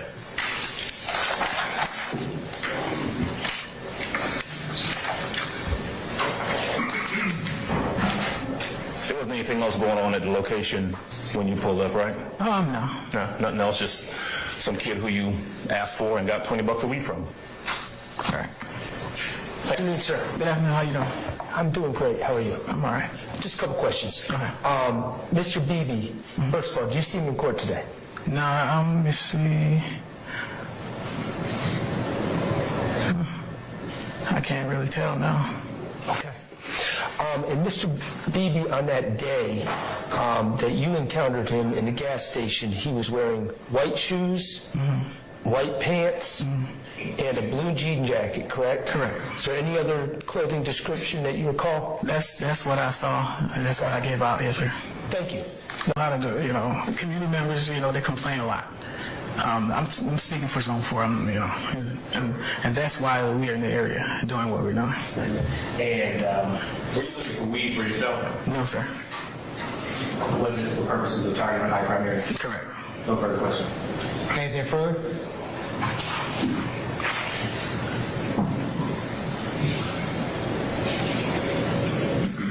you weren't targeting on this day shootouts or killings or anything like that. You were targeting a weed sale, right? Again, the detail was a Zone 3 detail. You know, all I knew I was to do was to go buy some drugs, not necessarily weed, maybe crack, some pills, depend. But at that particular time, that's what I was going for. Your assignment, your focus at that time, at that location on Cleveland Avenue, was to go buy some weed. Some drugs, yes, sir. All right. Thank you. Please. Investigator. Investigator, thank you. And you'll excuse me, I heard your name earlier. I heard you say Hawkins, but I think you said it's changed, right? Correct. It's Magavero. Magavero? Correct. All right, thank you. Investigator Magavero. Correct. All right, so just a couple questions, if you don't mind, about this incident back in, and I keep hearing May the 9th, but it was actually May the 8th, wasn't it? Correct. Okay. All right, so if I heard correctly, you responded because there was an undercover sale that had been made at that location, right? Correct. You were advised that there was a $20 marijuana sale that had been made. I don't know if you knew at the time the name of the person was Bibi, but you had a description of the individual. Correct. Right? And when you got to the location, you saw someone fitting that description, jean jacket, white pants, and that person was in a vehicle. When I saw him, he was no longer inside the vehicle. Okay. So the first time that you get to the location, he's already been detained or taken into custody or whatever by other police officers. Correct. They were actively detaining. Hey, and remember her too, because she going to show up in another case right after this one. She going to show up again in the video, but they ain't going to show her that much. Okay. And they found, let me see, the item that you were just asked to identify a little while ago that I think is over here now.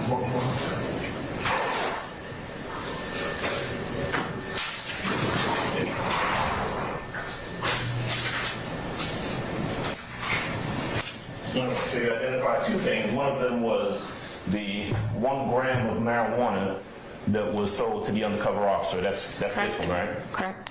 And then there was some marijuana found in the car that Mr. Beebe was supposed to have been in. On the passenger seat, correct. On the passenger seat. But he wasn't in the car when you pull up, right? Correct. Okay. You just know that you were told that there was some additional marijuana found on the passenger seat in the vehicle that he supposedly was in before you got there. Correct. Right.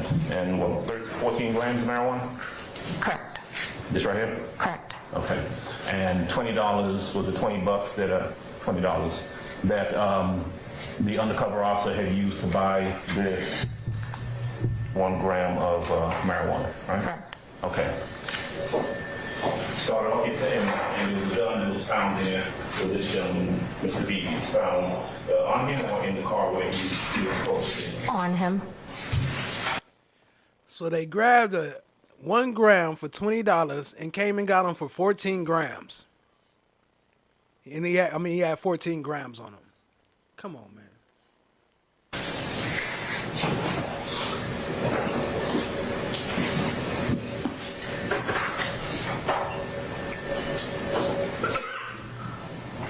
Okay. This white Honda Accord was determined to have been owned by a young lady, or a lady, I'm not sure if it was young or not, Chastity Williams, right? Correct. She was detained, and I think, was there some marijuana found on her as well? It was not found on her person. It was inside of a backpack that she advised was hers. Okay. And there were some other people there at the location that the police had detained and searched and, I guess, found some marijuana on also? Correct. Okay, so it sounds like everybody there, whoever happened to be there at the gas station at the time, was either stopped or if they were coming into the gas station was stopped and detained and searched, right? Yes. Okay. All right. Well, sorry, not everybody. There were people that were not detained there as well. At least 6 folks, right? Yes. Okay. Ranging in things from a couple grams of marijuana. That's the kind of, I mean, essentially that's what happened, you guys. Whoever they was detained, if they had some marijuana on them, well, they're either going to jail or they're getting cited or they're getting arrested or something like that, right? Yes. Okay.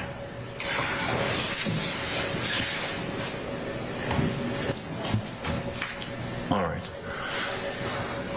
That was the extent of your involvement in this case. Yes. Were you part of the FIT unit or the FIT team at that point? Okay. Everyone who was there, all of the law enforcement officers who were there were FIT team officers, right? No. No?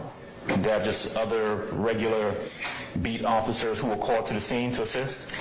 There were canine officers there as well who are not part of the FIT team. Gotcha. Because, of course, if you got some marijuana, or if you think that you're going to find some marijuana, you want to have the canine around to go ahead and kind of sniff around and find whatever's there. Is that about accurate? Correct. Okay. This was a marijuana buy operation. This wasn't some sort of gang operation, was it? Correct. Okay. Thank you. Magavaro? Correct. Thank you. Thank you.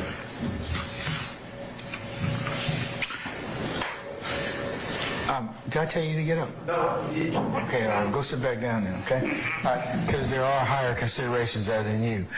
Ladies and gentlemen, I understand you want to take a comfort break, is that right? See? All right, okay, all right.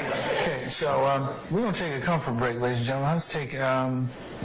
Let's come back at 4 o'clock, okay? And then we'll start back at that time. Mr. Sharp, you can ask your questions then, sir.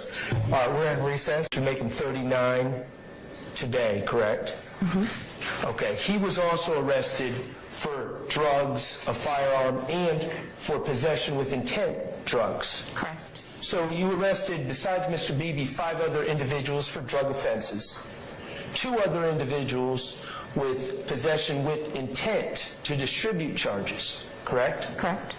Okay. And that was based on your training that you received about the criminal laws of Georgia? Yes, that's correct. Okay. Now, in any of these individuals, in the arrest of Chastity Williams, Shaquille Scott, Antonio Johnson, Sanquavius Martin, or Curtis Barber, were any of those individuals, or Durante Beebe, were any of those individuals charged with Gang Act violations? That I do not know. Well, did you charge them with Gang Act violations? I did not. Okay. And those same 6 individuals, Durante Beebe, Chastity Williams, Shaquille Scott, Antonio Johnson, Sanquavius Martin, and Curtis Barber, do you see any of those individuals here today? Do you see any of them here? No. She gonna look around like she don't know. You know they not in here. Joe faking ass. Can't see everybody, but no. Nothing further. Thank you. Yes, a little over 200 as well.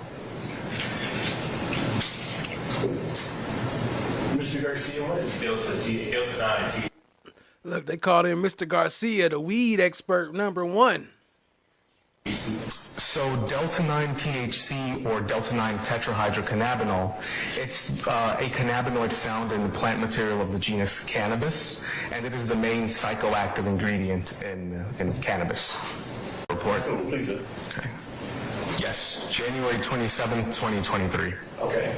So items that were seized back in May of 2020 didn't get to you until January 2023, this year. I don't know when they were received, but I do know that I got them this year.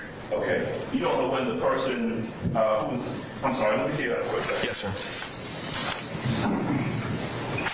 All right. You would agree with me that this has a agency reference number and a case individual at the top list, is that right? Correct, yes. The report does have that. The case subject, or the person listed, is someone named Durante Beebe, right?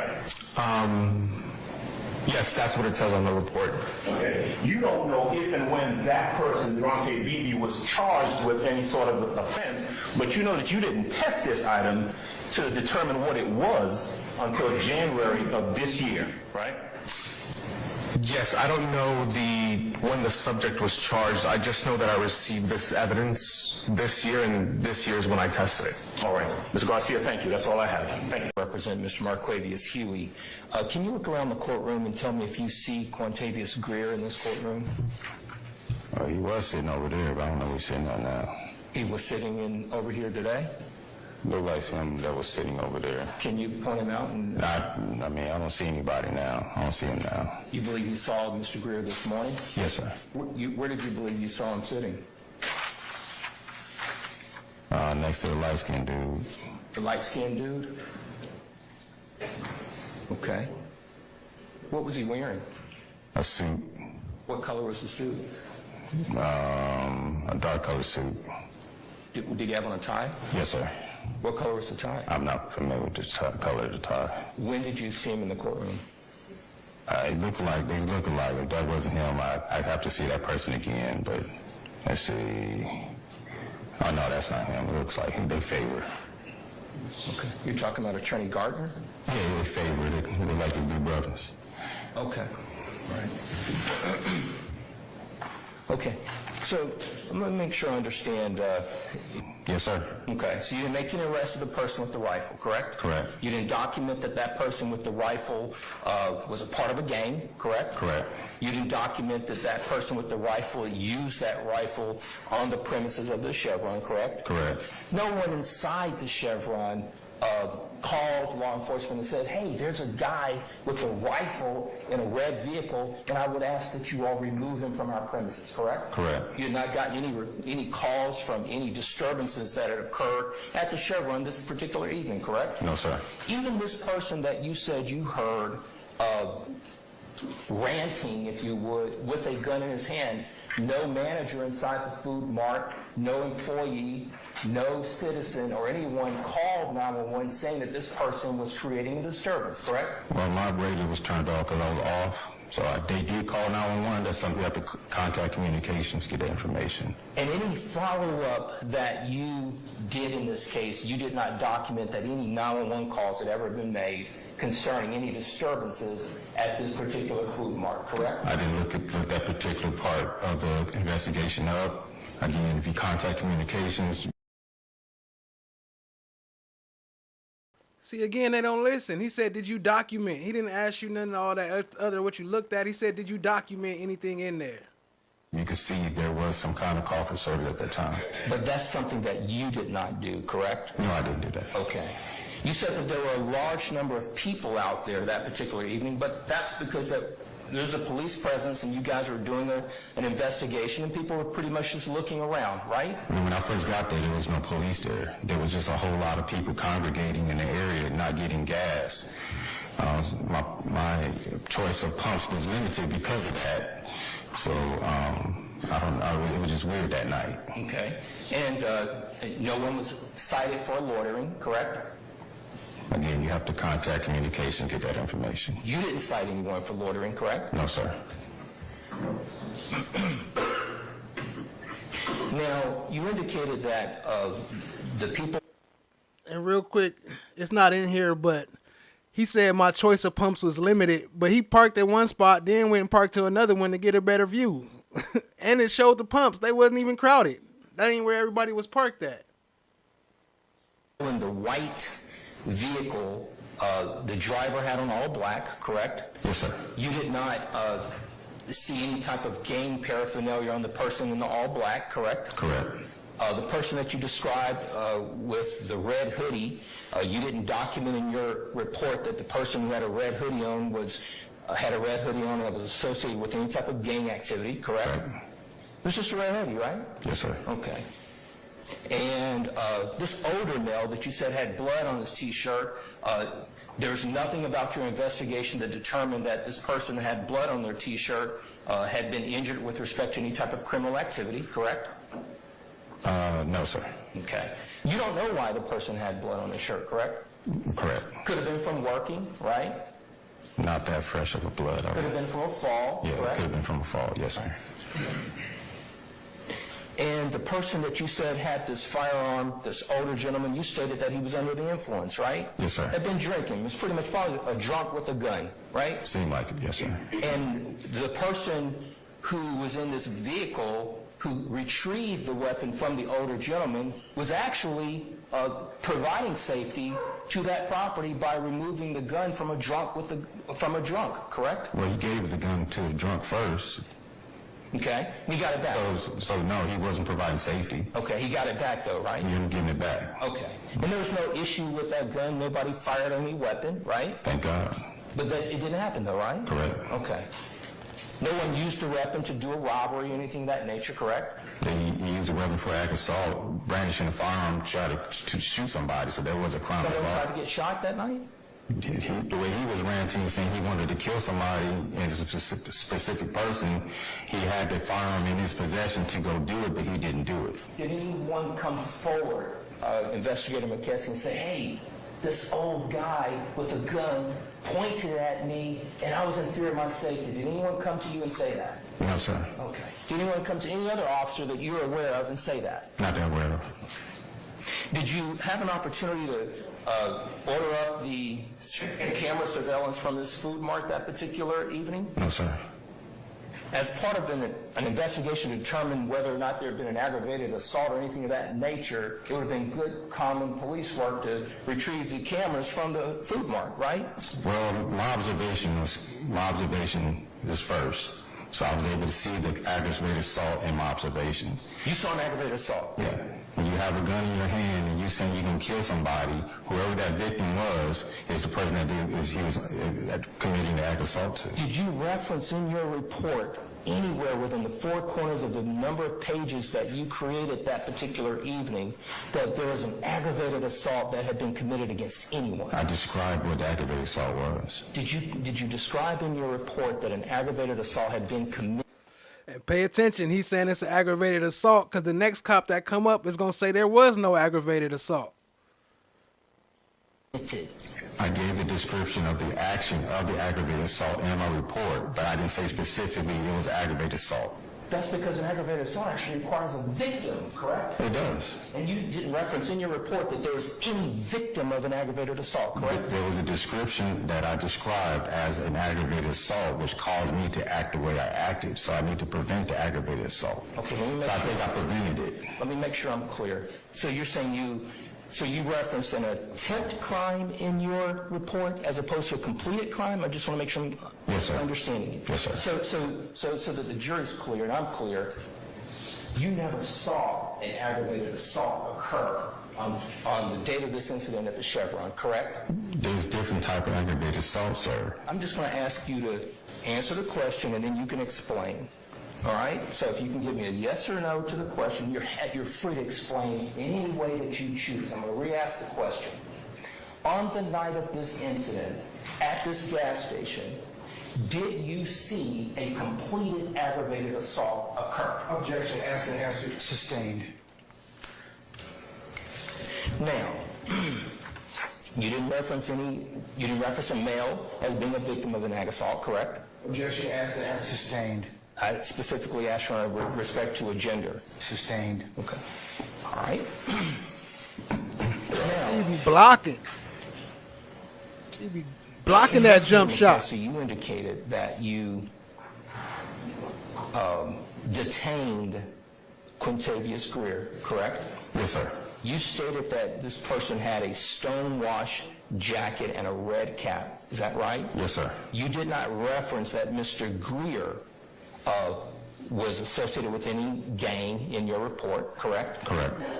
And as a matter of fact, Investigator McKessie, you did not document in your report that you were going to make any type of referral to the gang unit within the APD, correct? Correct. In fact, there was nothing about this particular incident that caused you to reference in any way gang activity, correct? In your report. You really want me to answer that question? Well, I'm asking you, in the report that you prepared, I'm asking you, did you reference any... What you mean you really want me to answer that question? Yeah, I want you to answer it. Did you put anything about gang activity in there, fool? That's a good question. Gang activity No, sir. In your report? No, sir. Okay.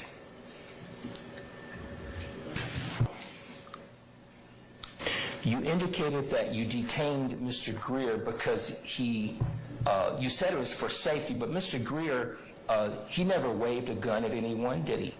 He had the gun in his hand. Right, but he never waved it at anyone, right? You don't have to wave a gun to have a gun in to do that. And no one walked away from him as though they were afraid because he had a gun in his hand, correct? No, sir. Okay. and you detained him because he had a gun in his hand, and as a result of that, he complied, right? Yes, sir. He didn't run away from you. No, sir. He didn't give you a false name. No, sir. He didn't give you a false date of birth. No, sir. You said lay down on the ground. He laid down. Yes, right? sir. Now, you stated that you retrieved this handgun from his waistband? Yes, sir. Okay.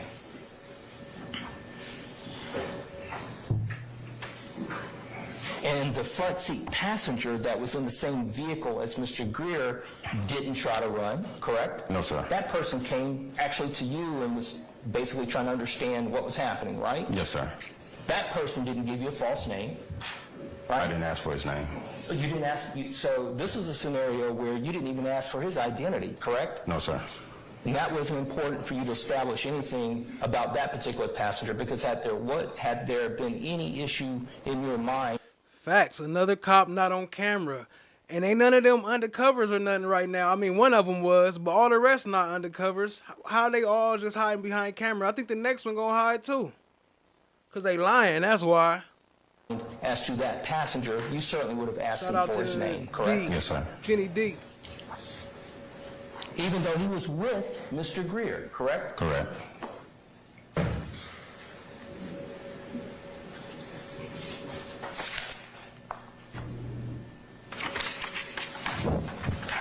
Now,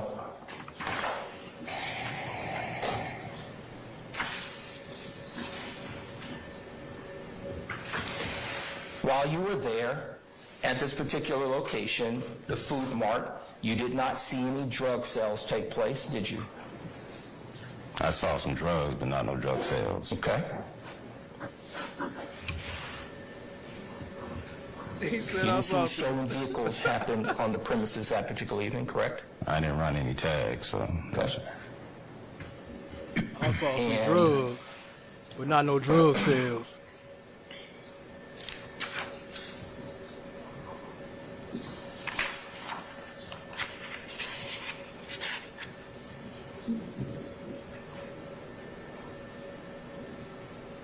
Just 1 second, indulgence, Your Honor. All right, sir.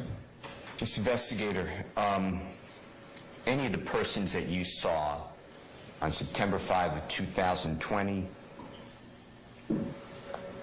any of them here in this courtroom that you recall? No, sir. Okay. And you know I represent Mr. Williams, fair Again, none of them in the courtroom. to say? Sir? You know I represent Mr. Jeffrey Williams, right? Okay. And he wasn't at the scene, was he? No, sir. When you mentioned and you described the area, in Cleveland Avenue area, that area, how long have you been familiar with this area? Since 2005. And is that from doing business in the area, like stopping for gas, as well as patrolling the area? Yes, all the above. Okay. And is it correct to say that, tragically, the area is poverty-stricken? Objection. I'm not about to answer that. Objection. Relevant. I'll rule the objection. I'm not going to answer that. That's disrespecting that community. Okay, well, how would you describe the income level in that community? Rule foundation, Mr. Steele, if you want to ask him that. Do you have a belief on the level of... He said, lay some more foundation before you ask him if that's a poverty-stricken area that you work in all the time and that you patrol. He know damn well it's a poverty-stricken area. And he gonna ask that to a couple more cops. All the black cops act like they don't want to say, but the white cop, he was like, yes. Watch, it's all coming up. Appreciate y'all being here. Hit the like, hit the subscribe, tap in, share with a friend. income in that area? Objection. Relevance. I'm going to sustain the questions to form. It's still, it still kind of misses the mark, Mr. Steele. Do you believe that that area has a lot of crime? Yes, sir. And does that area have any type of flourishing houses? You know, the housing market there? Is there a lot of homeless there? Sir, again, I'm not going to disrespect that community. I'll sustain this to form. You can break that down, Mr. Steele. Let me ask you this. Are you familiar with the McDonald's at 150 Cleveland Avenue? Yes, sir. Are you familiar that that McDonald's is today out of business? Yes, sir. And it's still the structure there, though. Are you familiar with what I'm talking about? Yes, sir. And if I showed you photographs from when the McDonald's was there, do you think you could recognize that photograph? Yes, sir. Let me block. All right. Now, do you remember whether that McDonald's in 2014, January 2015, had video surveillance? Yes. Okay. I object, Your Honor. This is not relevant whatsoever. No, I'll rule that, Mr. Brown. And did it have video surveillance? I believe so, yes, sir.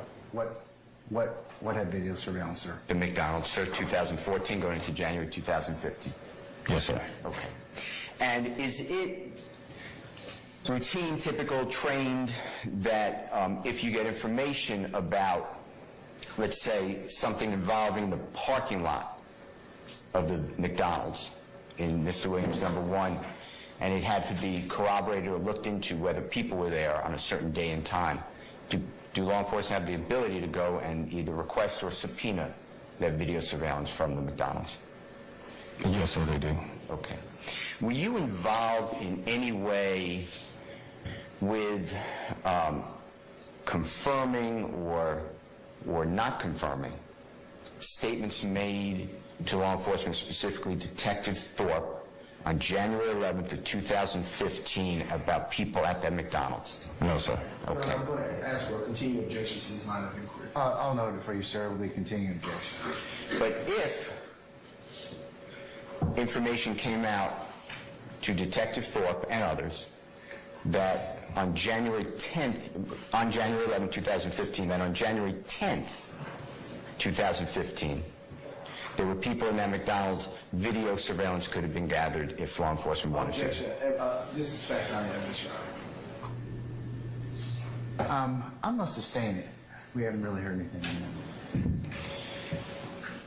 Tell ladies and gentlemen, jury, how easy is it to get video surveillance? It's hard sometimes, depending on the business. How about subpoena power?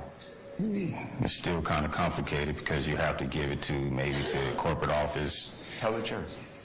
It's kind of complicated in some way because you have to give the subpoena to the corporate office and then they have to send you the videos depending on the business. This one could have been easier.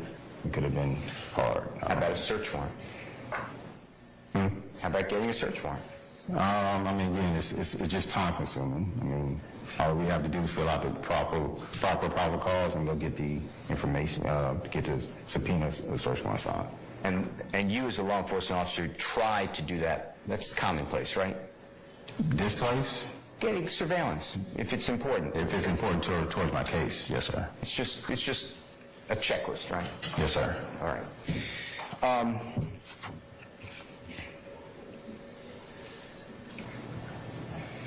I don't think I have any other questions. Your Honor, I move for the admission of Mr. Williams, number 1, first page. Okay. Doesn't that inform us that the back passenger actually disarmed the drunk man with the gun? This is not my report, but yes. Thank you. All right, ladies and gentlemen, the hour is about almost 11:45-ish, and since you haven't taken a break, how about we do this? How about I go ahead and just break right now for lunch, and you all can come back at 1 o'clock. How's that sound? Okay, and then we'll probably work until probably about 3:30-ish or thereabouts, and then we'll recess for the day, okay? Not that there was any sort of aggravated assault taken. His long ass extended breaks, ending early, recess early. We're in recess. It's like 3 o'clock. We're starting at 12 tomorrow. We're starting at 10. Place. There was suspicious persons or something like that. Am I right about that? No, there was not any aggravated assault that had occurred. Okay. All right. There were people there who were said to, the officer, after the officer saw guns, right? Yes. Okay. Individuals with guns. Specifically, one guy who was waving a gun around and making some statements. Is that right? Correct. What you came to find out, though, or maybe what you observed, I don't know, you tell me when you got there, is that guy who was waving the gun around, who was described as someone who might have been under the influence or something like that, that guy was waving the gun around, and then the rear passenger of a vehicle came and took the gun from him, right? That was my understanding at the time. Okay. I mean, that's what you wrote in your report, right? Yes. That person who took the gun from the drunk guy waving the gun around was Mr. Greer, right? Yes. Okay. All right. So you show up at the scene, and there are a number of people there at the gas station, right? Correct. They're not doing anything, right? They're not, no one's committing any sort of crime or anything like that. Folks, there are a lot of people congregating at the gas station, right? I'm not sure. Nobody was fighting. No. Nobody was threatening anybody, right? Not sure. Okay. You certainly didn't see any of that. No, I did not. Okay. Mr. Greer, being described to you, or with your knowledge as the person who took the gun from the drunk guy, had the gun on his person. Yes. He was detained by you? I believe so. Okay. And the gun was taken from him? Yes. All right. No fight, no fuss, no argument, nothing like that. Just took the gun that he had in his waistband that he had taken from the drunk guy, right? Yeah, he had cooperated. He what now? He cooperated. Okay, got you. Thank you for that. Marijuana.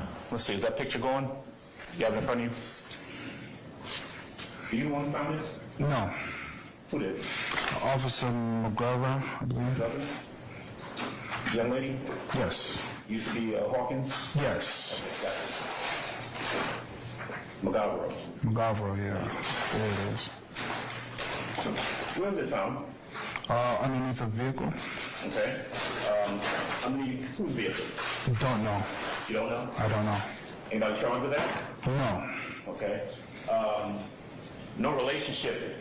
That bag of stuff that was found under somebody's vehicle, no relationship to Mr. Greer, I presume? Unknown. Okay. Don't know if it was related to anybody there at the scene, in what capacity it was related to anybody, huh? That's true. Okay.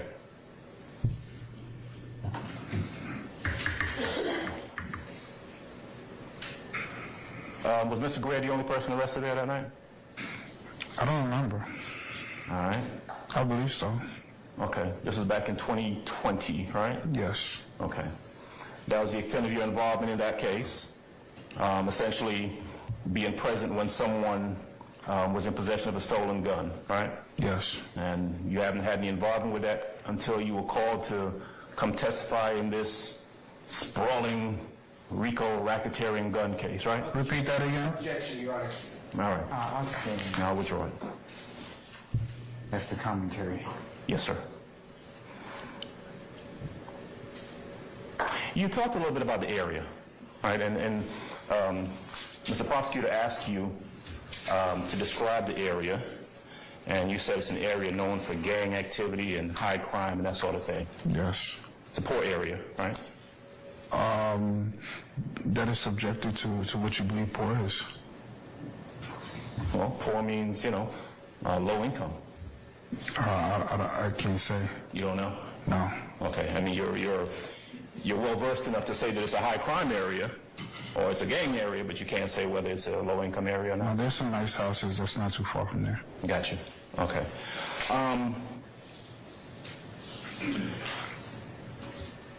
An area or known for gang activity. You mentioned YSL. Actually, you asked about YSL, and about gang, you said YSL. What other gangs in that area? I'm not sure of any other gangs. You're not sure? No. But you knew to come in here and say YSL today, didn't you? Yes. Okay. What? High crime. You describe as a high crime area? Hold on. It can be. Hold up. Okay. It can be? Yes. Sometimes it is, sometimes. Sure of any other gangs. You're not sure? No. But you knew to come in here and say YSL today, didn't you? Yes. Okay. High crime. You describe as a high crime area? It can be. Okay. It can be? Yes. Sometimes it is, sometimes it isn't? Exactly. Okay. A lot of areas in Atlanta can be classified as high crime areas sometimes, right? Yes. A lot of areas, a lot of locations in Atlanta could be classified as places where you might find gangs, perhaps, right? Yes. All right. It's just a matter of which one they want you to come in and talk about. Objection. I sustain the objection. All right. Officer Thomas, thank you. That's all I got. Anybody else, anything further? Yes, Mr. Mack. No, he said his sister gave it to him. Right. And just looking at this firearm on its face, you can't tell it's stolen, can you? No. That's all I have. Thank you. 4 or 5, okay. We'll soon find out. Okay, all right, so, yeah, I'm gonna count them out for you. All right. Let's choose carefully. The gun, right? Yes. You charge Quintavious Greer with being in possession of a stolen gun, right? I believe so, yes. Now, the information that you had, though, right, was that he had gotten it, he took it away from the drunk guy who was waving it around, right? That's what I believed at the time, yes. Right. And the other information you had is that that drunk guy actually got the gun from the driver of the car, right?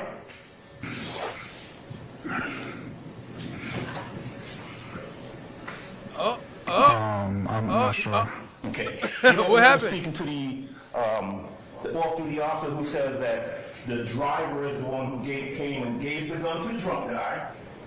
Drunk guy waves it around, and then the back passenger, Mr. Greer, got out of the car and took the gun from the drunk guy. You remember that's what she was told? I'm not sure.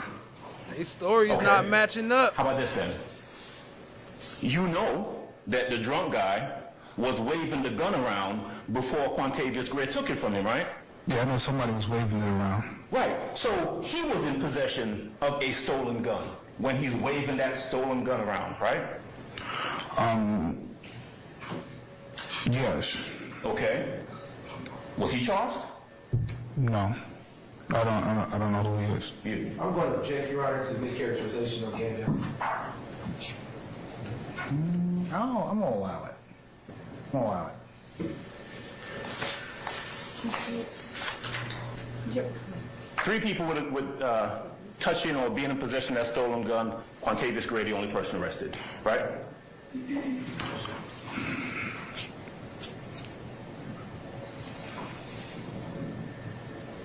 If you know. Repeat that question. All right. 3 people in possession of the gun.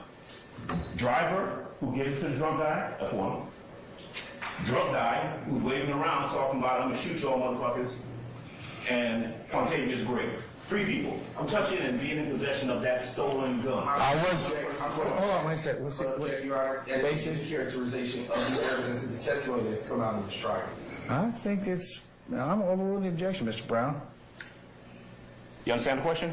I understand the question. I wasn't there to see who I'm had trying the to weapon, jump who up. gave it to who.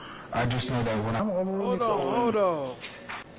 Repeat that question. All right.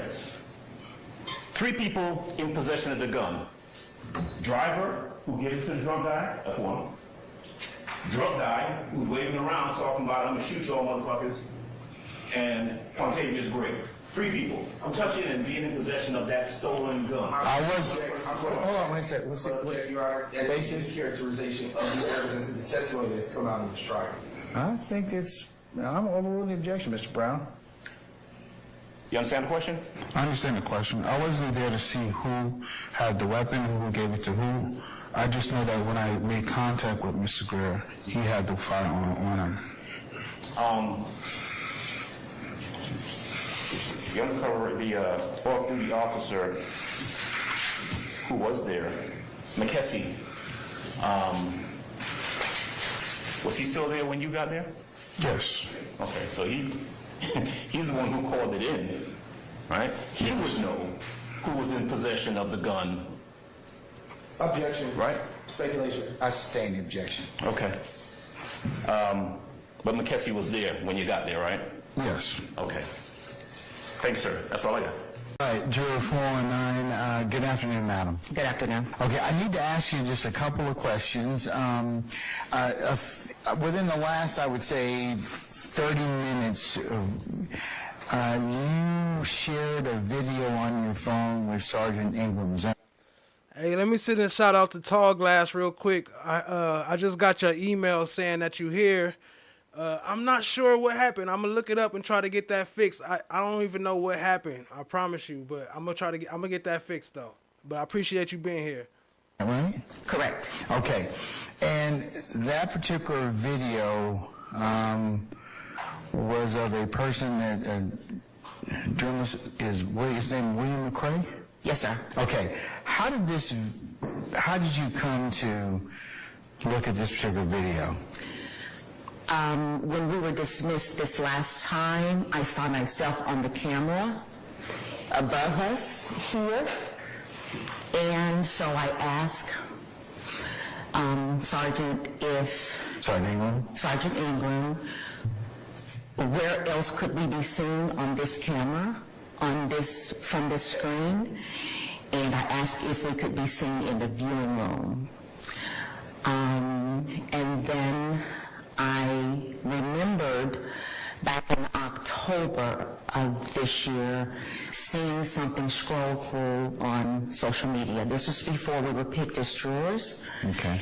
And I remembered, and because I personally, I don't know him personally, but because I know of the history of this individual, Mr. McCray, I was concerned that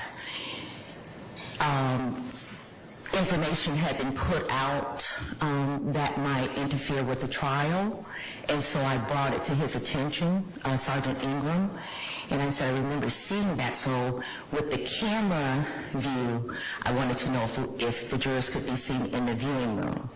At that time, he asked me to get a screenshot of what I saw back in October, and so I scrolled through his page and found the screenshot, but in the process of finding the screenshot, I saw the video. Now, the way social media works now, you can see a video, but if you don't touch it, you won't hear it. And so I continued to scroll, but I mentioned to him that there's a video, and it looks like he was live in the courtroom. Was this earlier, like in October, or was it when did this video or live incident filmed by Mr. McCray occur? It looks like it occurred when he was here this week. I saw him on yesterday, and I brought it to Sergeant Ingram's attention. Oh, okay, so your concern was that you might have seen yourself on a live feed. Yes. Okay. All right. And you're attributing that to Mr. McCray? Yes. Okay. Is directly appealable, but just in an abundance of caution, Your Honor, would also grant a certificate of legality? No. I would not. I only want to try the case once if I can help it. If you have a direct appeal, then I can't stop you from doing that, but I'm not going to grant a discretionary certificate. With all due respect to you, sir, okay? Okay. Investigation is 2 pages, correct? Yes, sir. Okay. And let's talk about a couple things. There was this 911 call, a few 911 calls that were made, right? Yes, sir. And in the 911 calls that were made, as part of your investigation, you'll go back and listen to those 911 calls at some point, right? If I go back and listen to it? Yeah, if you're handling the case and you are putting together your investigation, there may be times when you might go back and pull the 911 call to get more information as part of your investigation, correct? No. Okay, so you don't look at the 911 calls. I look at it at first. I can't see it. I hear it over the radio. Okay. When it's being dispatched. Okay, so the 911 call that you hear over the radio that's being dispatched, you are aware that there were no physical descriptions of the person or persons that were involved in this shooting, correct? No, that's not true. Okay, what was the physical descriptions that were given? The description that was given was The original call came up as shots fired in the park. Okay. And ready to give out a description of individuals. Okay, what was the descriptions that you heard come through dispatch that would have been part of the 911 calls, right? A black male wearing all hoodie, so possibly a suspect. A black male wearing all black. Okay. Have hoodie on. Okay. So that was the one. So it was one description of one person. That's one of the suspects. Okay. Did you hear any other descriptions of any other suspects? Oh yeah. Okay. What were the descriptions that you heard on the 911 call? Same thing. Dispatch. Same. All wearing the same thing. So there were multiple. So let me make sure I'm clear. The 911 call comes in. There are multiple calls. And those calls all stated that there were multiple black males wearing the same thing. Is that your testimony? Yes, the call came up as black male wearing all black with a hoodie. And that would possibly the suspect. And that would possibly a suspect? Yes. Got you. And those are calls that would have been on a 911 call, correct? Yes, sir. Those have been citizens and people in the community that would have called into 911 and said, hey, this is what I saw, this is what I heard, correct? Yes, sir. Now, just so that we're clear, this report that you've prepared and the investigation that you conducted, there were no eyewitnesses who identified Huey as being involved in a shooting, correct? No. And as a matter of fact, Huey has never been interviewed by any detective regarding the shooting, correct? Speculation, Your Honor. Well, he may have knowledge. Well, let me see what he says. Can I rephrase the question? Rephrase. Thank you. Abstain as to form. Okay.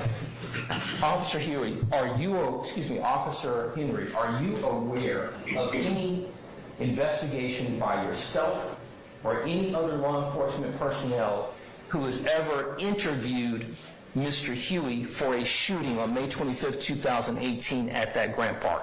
No, I'm not aware of. I'm the only one I could speak of for myself. I don't know if any other investigator officer interviewed Mr. Huey. And you certainly did not, correct? I take him in custody. You didn't interview him about a shooting, correct? No. Okay. And no victim in a shooting on May 25th, 2018 ever presented themselves to you for you to engage them in a photographic lineup process, correct? No.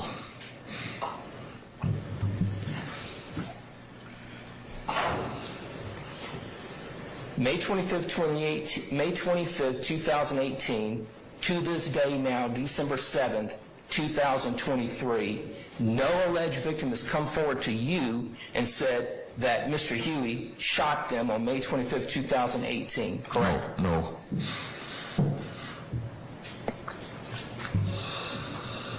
That 2-page report that you prepared, Officer Henry, and that firearm that we just got through examining, nowhere in your report is that firearm that we got through examining that you indicated that when you recovered the firearm that it was worn, correct? That it was what? Worn, W-A-R-N, worn, hot, worn. No. Right, because when you fire a weapon, Officer Henry, it will typically, after it's fired, the muzzle will be worn, correct? It also depends, I'm assuming, yeah. Okay, thank you.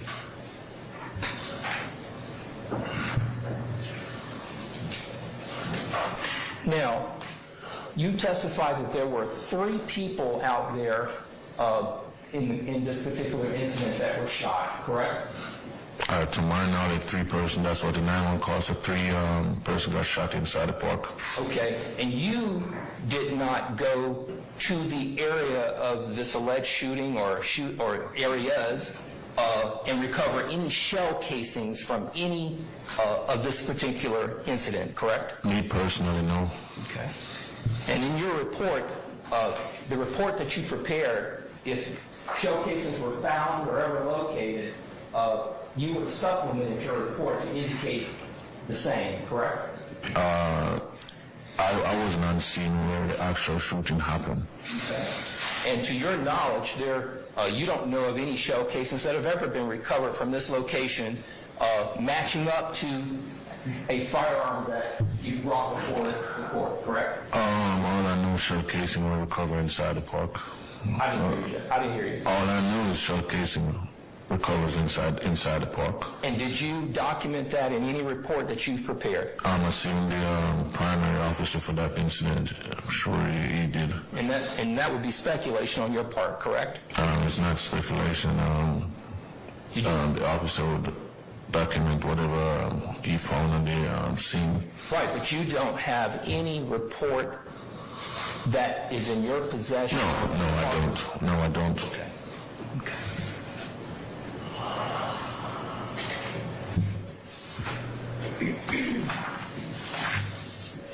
Now, in that 2-page report that you prepared, Officer Henry, that you've done over 3,000 during the course of your career at this point, you did not charge Mr. Huey with any type of gang violation, correct? No, sir. You did not, in your report, indicate anything about referring this case to the APD gang unit, correct? No, sir. You did not indicate in your report or any supplemental report subsequent to May 25th, 2018 that Mr. Huey was in possession of any type of gang paraphernalia, correct? No, sir. That he had on gang paraphernalia, correct? No, sir.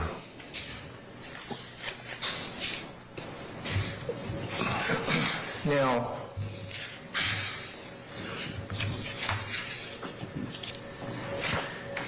in your report, now when you're preparing your report, and we've already talked about the fact that it's important and you want it to be accurate, correct?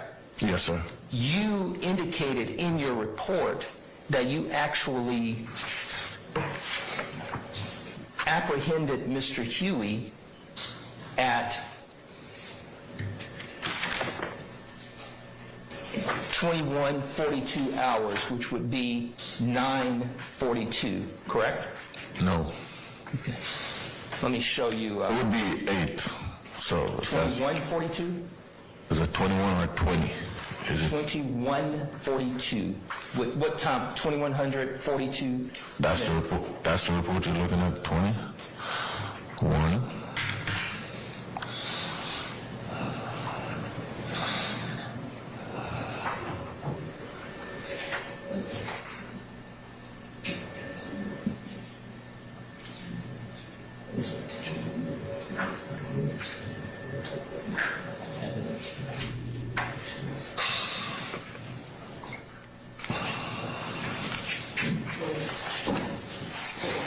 That you apprehended Mr. Huey and recovered this firearm, correct? Yes, sir.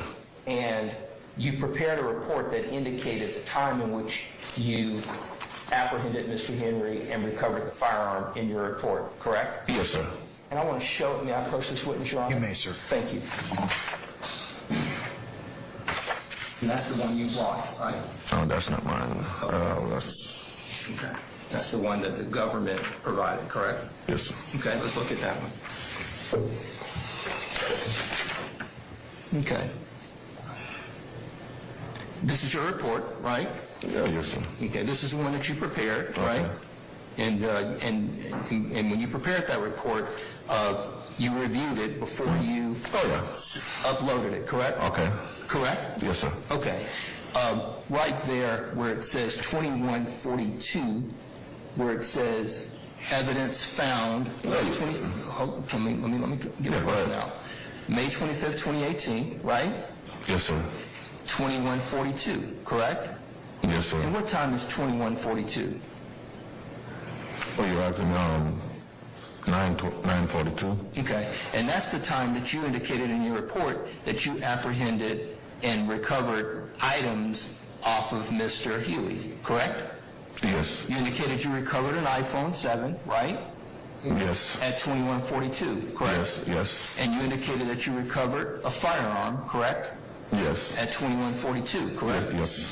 And down in your incident narrative, you indicated that it was on May 25th at 20:01 that you were dispatched, correct? Yes. So that I'm clear on this matter, obviously, the calls started coming in around 8 o'clock, right? Yes. But you did not actually make contact with Mr. Huey until 9:42 when you recovered the items and the weapon, correct? No, so the reason why it's for deal from 9:42, that's the time maybe I'm talking to the judge at that time, so I actually get the time from 911. So let me make sure I'm clear. Your testimony is that you're talking to the judge? At that time, so I get the correct time. Okay. Is there anywhere in your report, Officer Henry, that you document that I spoke to the judge? In my report? Yes. No. Okay.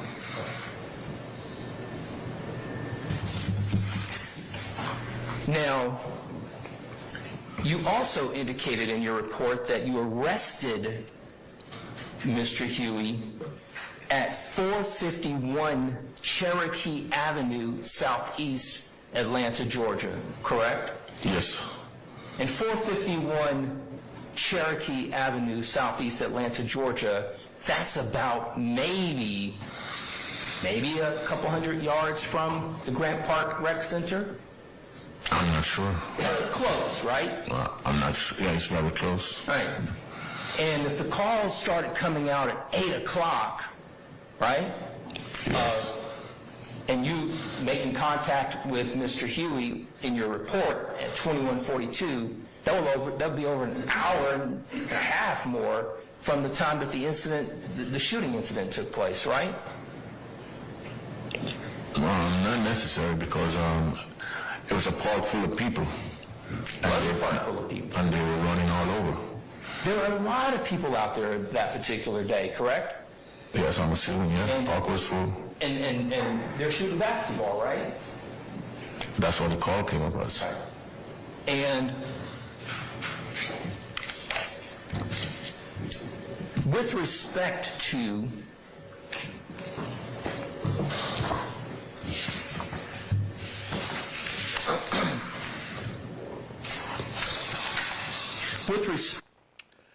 All right, my fault. I ain't been in the chat for a while. I've been trying to find Tall Glass. I'm still having trouble, but we're going to get it figured out. I see the D Life, Jenny D asks, what channel does this come from? I gather all this from all different channels and different places, different sources from whatever I can find. But I used to get it mostly from Fox 5. But now Fox 5 be deleting a lot of these days. Like, I think the day one, the opening statement is gone. And I got a clip of that. I might pull up the picture. But, like, the first 4 or 5 days is gone. Go to their playlist. Like, the first 5 days is gone. Then the days with Bennett is gone. I showed a couple of that in previous videos. They deleting all the shit off of Fox 5. So, I've been getting it from other places now. But all different places, though. No one specific source. Respect to these particular charges that you actually charged Mr. Huey with, you charged him with theft by receiving of a stolen handgun, right? Yes, sir. And you charged him, and you charged him with several other misdemeanor offenses, correct? Yes, sir. You charged him with various offenses that were of a misdemeanor variety, and you are aware that Mr. Objection, Your Honor. Basis. I believe he's going to get into something that is not proper. And we need to approach it. All right, well, go ahead and let's come on up. Come on. Okay. All right, sir. Officer Henry, I just want to be very clear. You did not do any GSR, gunshot residue testing of any sort on Mr. Huey, correct? No, sir. You didn't do any GSR or any type of testing whatsoever No, it's not Miss Sylvia's though. I haven't grabbed nothing from Miss Sylvia in a long time. Only stuff I grab from her is some of her exclusive clips, but I don't record from Miss Sylvia's though. Sometimes I don't know if she the only one got the clip, but nah. But shout out to Miss Sylvia though. Much love to her. On the firearm that you recovered from Mr. Huey, correct? Me personally, no.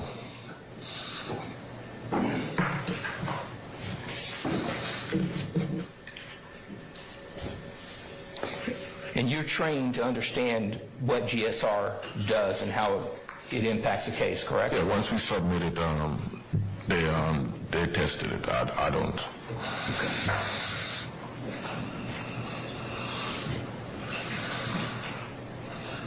And you certainly have you have no evidence whatsoever that any shell casing that you say may or may not have been located at this basketball court matched up to any firearm that you recovered from Mr. Huey, correct? Ask the question one more time. Sure. You have no scientific evidence that any shell casing that you or your team may or may not have found at the basketball court matched up to any firearm that this jury has looked at this morning? In my opinion, no.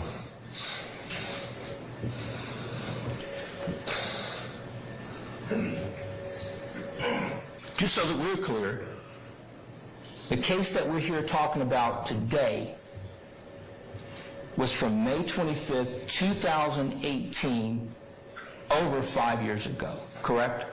Yes, sir.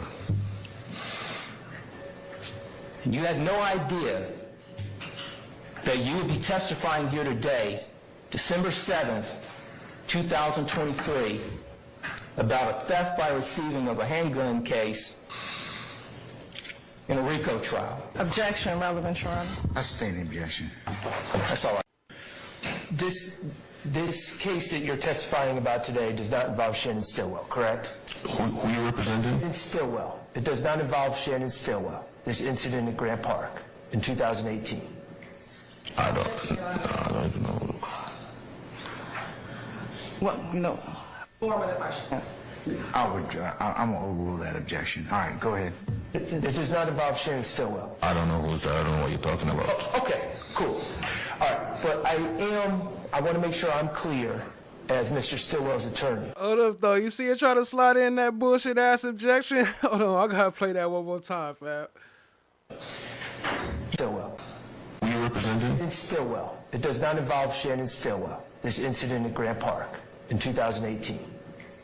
I don't even know. Well, no. 4 minute question. I'm going to overrule that objection. All right, go ahead.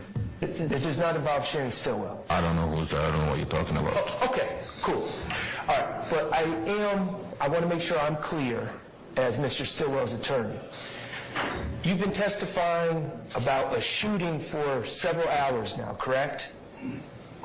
I'm testifying about a shooting several hours now. Yes, yesterday and today. Yes. Okay, and you have no ballistic evidence at all. Ballistics are what links a shell casing on a crime scene to a particular gun, correct? Yes. Okay, and you have no ballistic evidence on this case, this shooting, that links that shooting to Mr. Huey, correct? No. Okay, and you have no gunshot residue evidence to suggest that there was any gunshot residue on Mr. Huey. Asked and answered. Move on. And to your knowledge, you never charged Mr. Huey with any shooting, correct? No. Okay, I just wanted to be clear. Thank you. Anyone else? 168 M? Okay. Yes, sir. All right. Where did you get that photograph? Where did I get it? Yeah, if you don't mind telling the ladies and gentlemen of the jury. I get it from my department system. And who told you to get that photograph, if you don't mind? Who told me? Yeah, who asked you? No one asked me to. I could get to get the photograph. I get it for my personal and for the case. Refresh my memory. Did you, were you sent that photograph earlier by anybody? Or did you do this all on your own? It was just sent. Well, I don't understand. Yeah. Were you advised to look at that photograph specifically, or did you do it on your own? Oh, I do it on my own. Okay. 169M is the other photograph? Yes. You don't recognize that today? No, I don't.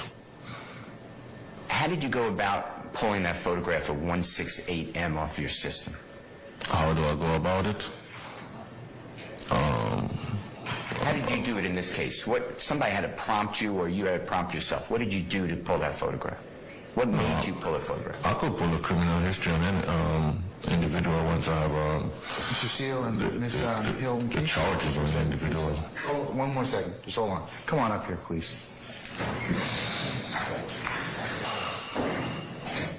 There you go again, blocking. We're gonna come back to those photographs later, it sounds like. Can you Prosecution didn't say nothing, right? That was the judge jumped in. do me a favor? You will Mr. Seal and Ms. Hill. The charges on the individual. Photograph. How do I go about it? How did you do it in this case? Somebody had to prompt you, or you had to prompt yourself? What did you do to pull that photograph? What made you pull a photograph? I could pull a criminal history on any individual once I have Mr. Seal and Ms. Hill. the charges on the individual. Hold, one more second. Just hold on. Come on up here, please.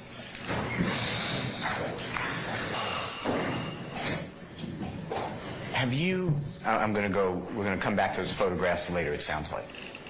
Can you do me a favor?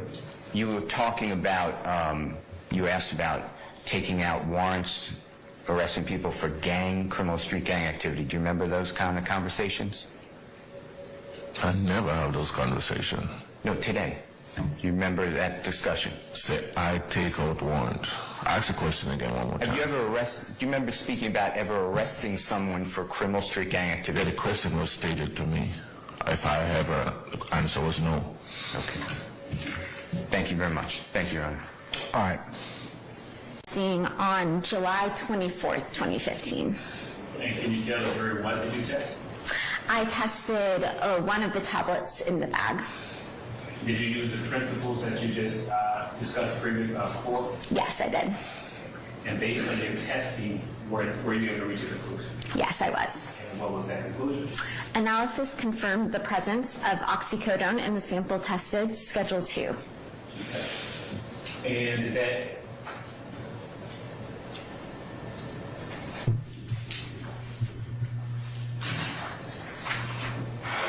can you tell the court, tell the jury who were the case subjects? Yes, the two subjects were Marquivus Gray and Trontavious Stevens. And did that include your involvement in the case? Yes, it did. No further question. Cross. All right, hearing none. Anything further, sir? Mr. Smith, anything further?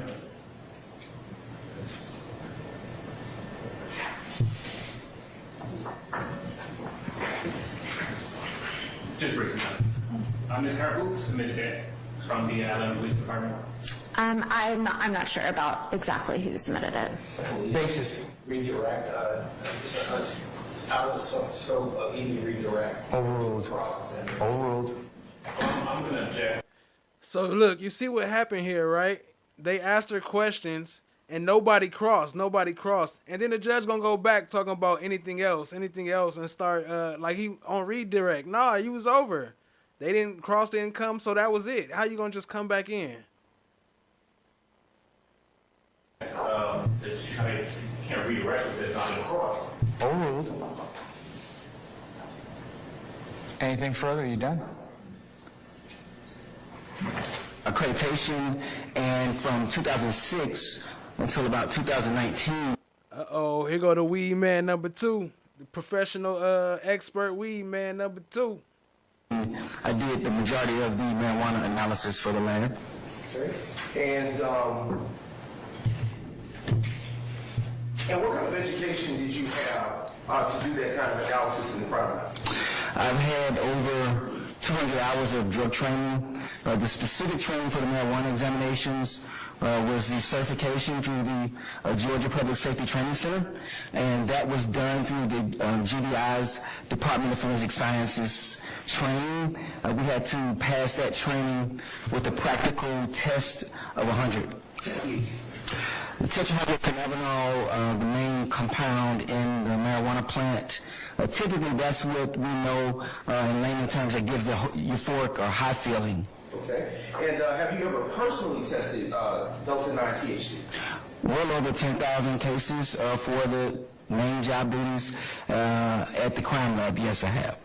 Good afternoon, Mr. Evans. How are you? Good afternoon. So I just want to be clear. So the first case that we discussed, that you just testified to on the rag, contained 34 bags, right? Correct? Let's see. The very first case, yes, that was a total of 34 items. Right. And the second case contained 12 bags, 12 grams of marijuana, correct?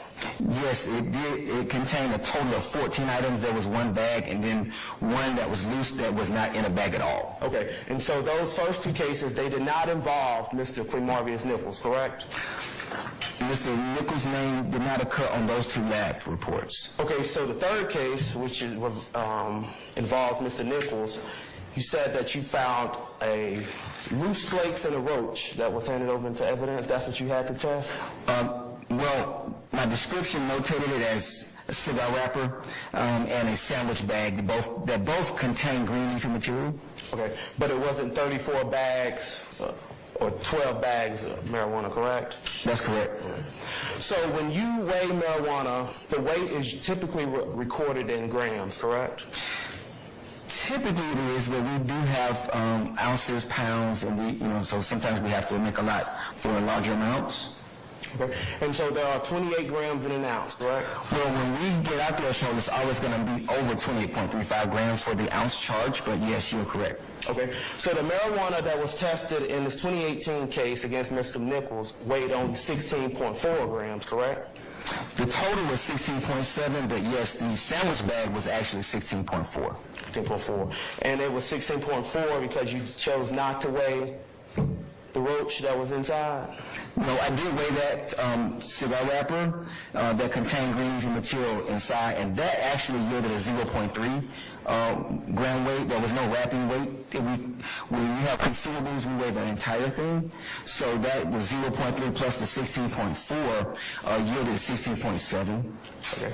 So the marijuana that was found, it wasn't bagged up in little baggies, correct?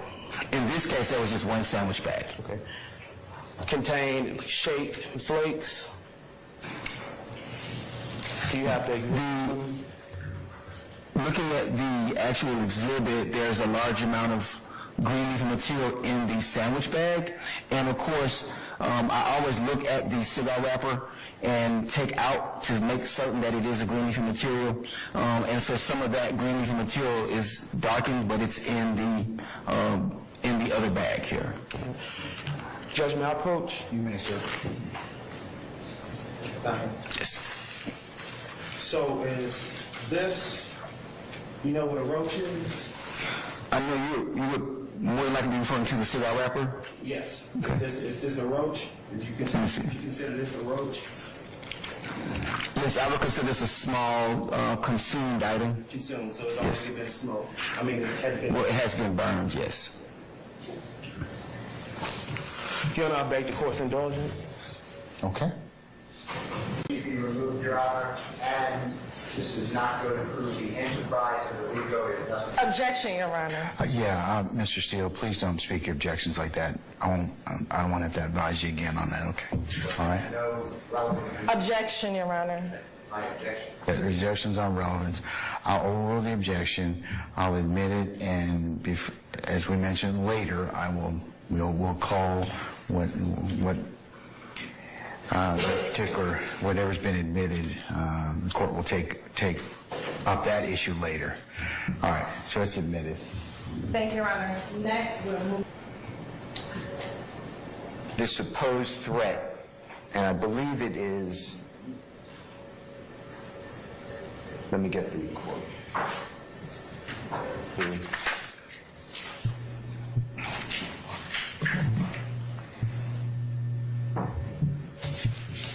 I believe that the threat is, I will come back here, I will come back up here and shoot you in the face. Remember that? Yes. Okay. And that threat, according to you, was made while you were standing by the passenger side rear area. Is that fair to say? When you saw me standing earlier that we pointed out? Can we go back to that area? Do you realize that none of your coworkers say that Jeffrey made that threat? Objection. What's that? Okay. I'm overrule the objection.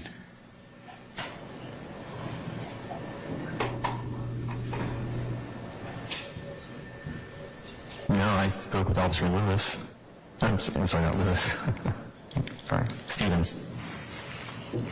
That's Police Officer Stevens, who works with the Dunwoody Police Department, right? That's correct. And he comes out after the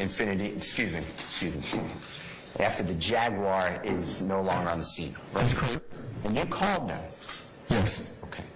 Now, I'd like to talk with you about these threats that you said you saw on your coworkers, or your coworker showed you on their phone. You know what I'm talking about? Yes. Now, this is a week, 2 weeks, a month later, after July 7, 2014? I can't recall how long it was, but it wasn't that long. Okay, and by that long, we're talking about... It wasn't a month. It was in close enough proximity to the date, maybe a week, maybe a couple days. I mean... Okay. So later that week of July 7, 2015, maybe a week later or so, you don't know, but approximately, fair to say? Fair to say. And it's your testimony that a coworker showed you on his phone, or her phone, him, right? Again, I can't. You're asking me about something that happened years ago. I remember the catalyst, which was seeing my name in a threat, and then what proceeded after. Okay, so coworker, either a man or a woman, shows you on their phone your name, and it's associated with, God forbid, a threat to you. That's how you took it. Some type of threat, yes. And you are still holding your position of the mall officer, right? Security worker? The mall employee, yeah. Yes. And when you get that, you are concerned and you call your wife. Yes. And then you wanted to ensure that whatever... Yo, facts at Jesse from the Nap says most expensive and longest trial in the state history over grams of green, not even pounds, not even ounces. They out there selling nickel bags, selling dub bags, 1 grams. Come on, man. Hit the like, hit the subscribe, tap in, share with a friend. We almost out of here, family. Appreciate y'all being here. Let's go. Social media platforms you have, there would not be personal information accessible to anyone but your friends, I guess. That's correct. Someone invited. Someone there invited, yes. Okay. Now, you have, at that time, contacts, relations with the Dunwoody Police Department, fair to say? Fair to say. Because you can call them, this criminal trespass, thefts, they happen a lot, unfortunately, at the mall, or at times, right? Yes. So you know how to get in touch with them, right? Yes. Tell the ladies and gentlemen jury when you notify Dunwoody Police or any police department of this supposed threat. I didn't.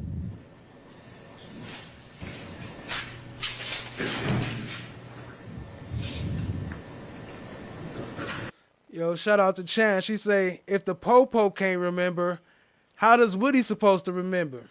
How, if they can't recall, how can he recall? What you mean? Okay. Now, when Officer Stevens from Dunwoody Police Department comes out later on July 7, 2015, when I say comes out, I'm saying to your workplace, the Perimeter Mall. Okay. Yes, sir. You met with him, right? Yes, sir. And you cooperated with him. And you gave him a statement about this information that you're giving the juries, right? Yes, sir. And you told him about this supposed threat, about being shot, God forbid, right? I'm sorry? You told him about this supposed threat. Yes. And did you tell him that the person who made the threat to you said that if you continued to approach, he would shoot you in the face? I don't recall. I don't recall that part of it. That's fine. I don't recall. Do you remember telling Officer Stevens that you immediately backed up at that point and then allowed the vehicle to leave? Yes, I backed up. And allowed the vehicle to I don't remember that part. I remember backing up. Do you deny telling that to? I can't tell you whether I did or didn't. I don't recall it. Okay.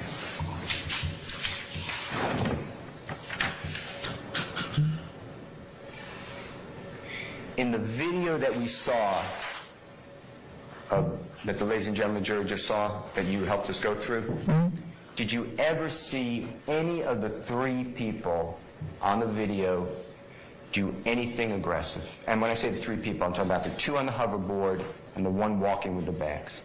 I don't know how I can tell you aggression from the video and the angle. I don't know what you're asking me for. Fast movement. Fast moving? Yeah, did you see anything aggressive?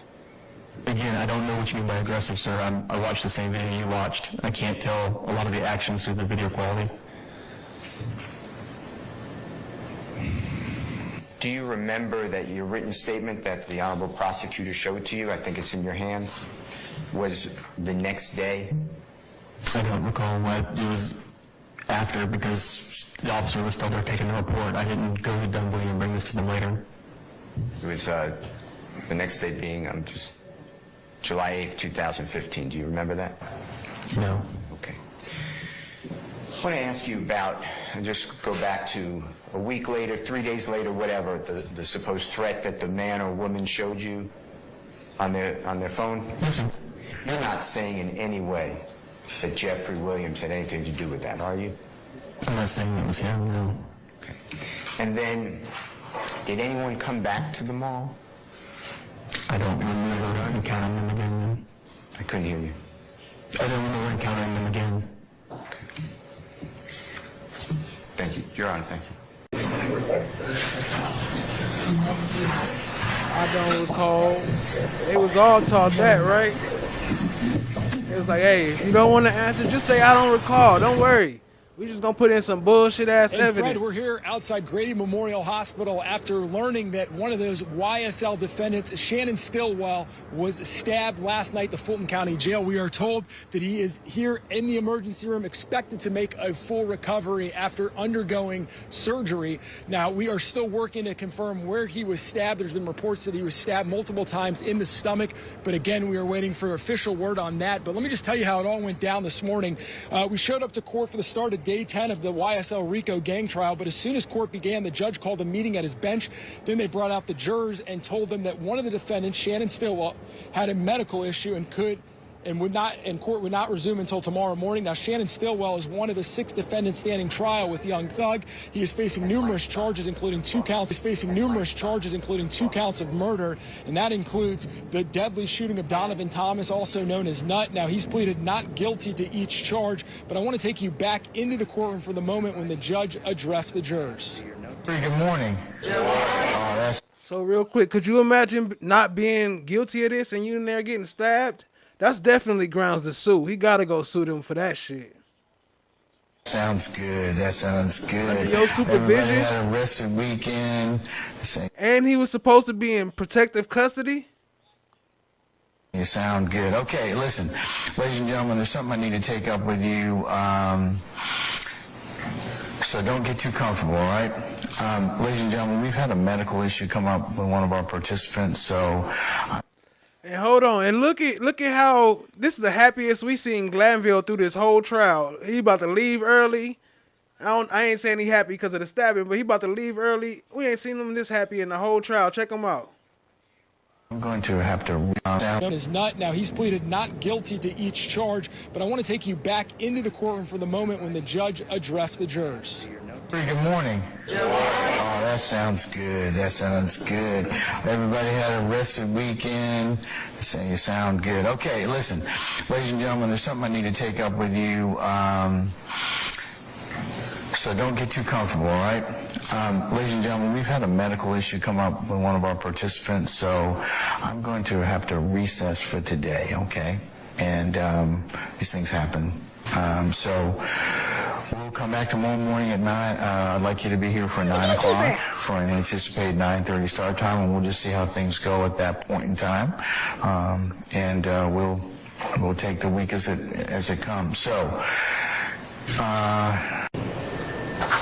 Objection, that's intent. I'm overrule the objection. Could you repeat the question for me? Yeah. I'm overrule the objection. Could you repeat the question for me? Yeah. I'm just going to recess and we'll see where Mr. Melnick is at that point in time, and then we'll I can talk about Monday for certain. Okay. All right. Okay. I'm just going to recess in place. All right. No. Why didn't you, as an officer of this court, tell me? And that's not what the point is. The point is, you as an advocate, is you should have told me. I got a problem with you now. I got a problem with you now. I would suggest you don't say anymore. Now you want to have it both ways. You can't do it. Both sides have an equal responsibility under the rules of professional responsibility. All right, have a seat, sir. Thank you. How fast things have changed. How fast things have changed. How fast things have changed. Now I see you running, coming for my come up. Broke out all your shackles, turned it to some armor. Used to be the judge, but now you have no honor. To die with your pride is to live with all your karma. Now you understand. Now you understand. Another night of fun. There's a lot of fun to talk about. Hit the like, hit the subscribe. Anybody else have any other issues as to... Uh-oh. Fulton County has no problem coming in here and cuffing all of us, okay? Don't be an idiot. Are you trying to tell me about myself? You homeless, Ern. You don't even have a mirror to look at yourself. Here. So I know you all about your principles. But can we just please just listen to Ern so we can get out of here? It's 4 cops on the other side of that door. You know if they come in here, they're gonna get your ass on a whole lot of other shit. You lying ass bitch. I knew it. Mama, I hate you, Will. Don't you never come back to my house, And no. I hope they blow your motherfucking ass to smithereens. You better hope they do, bitch. You better hope they do. This nigga kidnapped me. I think I'm entitled. You want answers? I want the truth! You can't handle the truth! What are you, fucking nuts? You thought...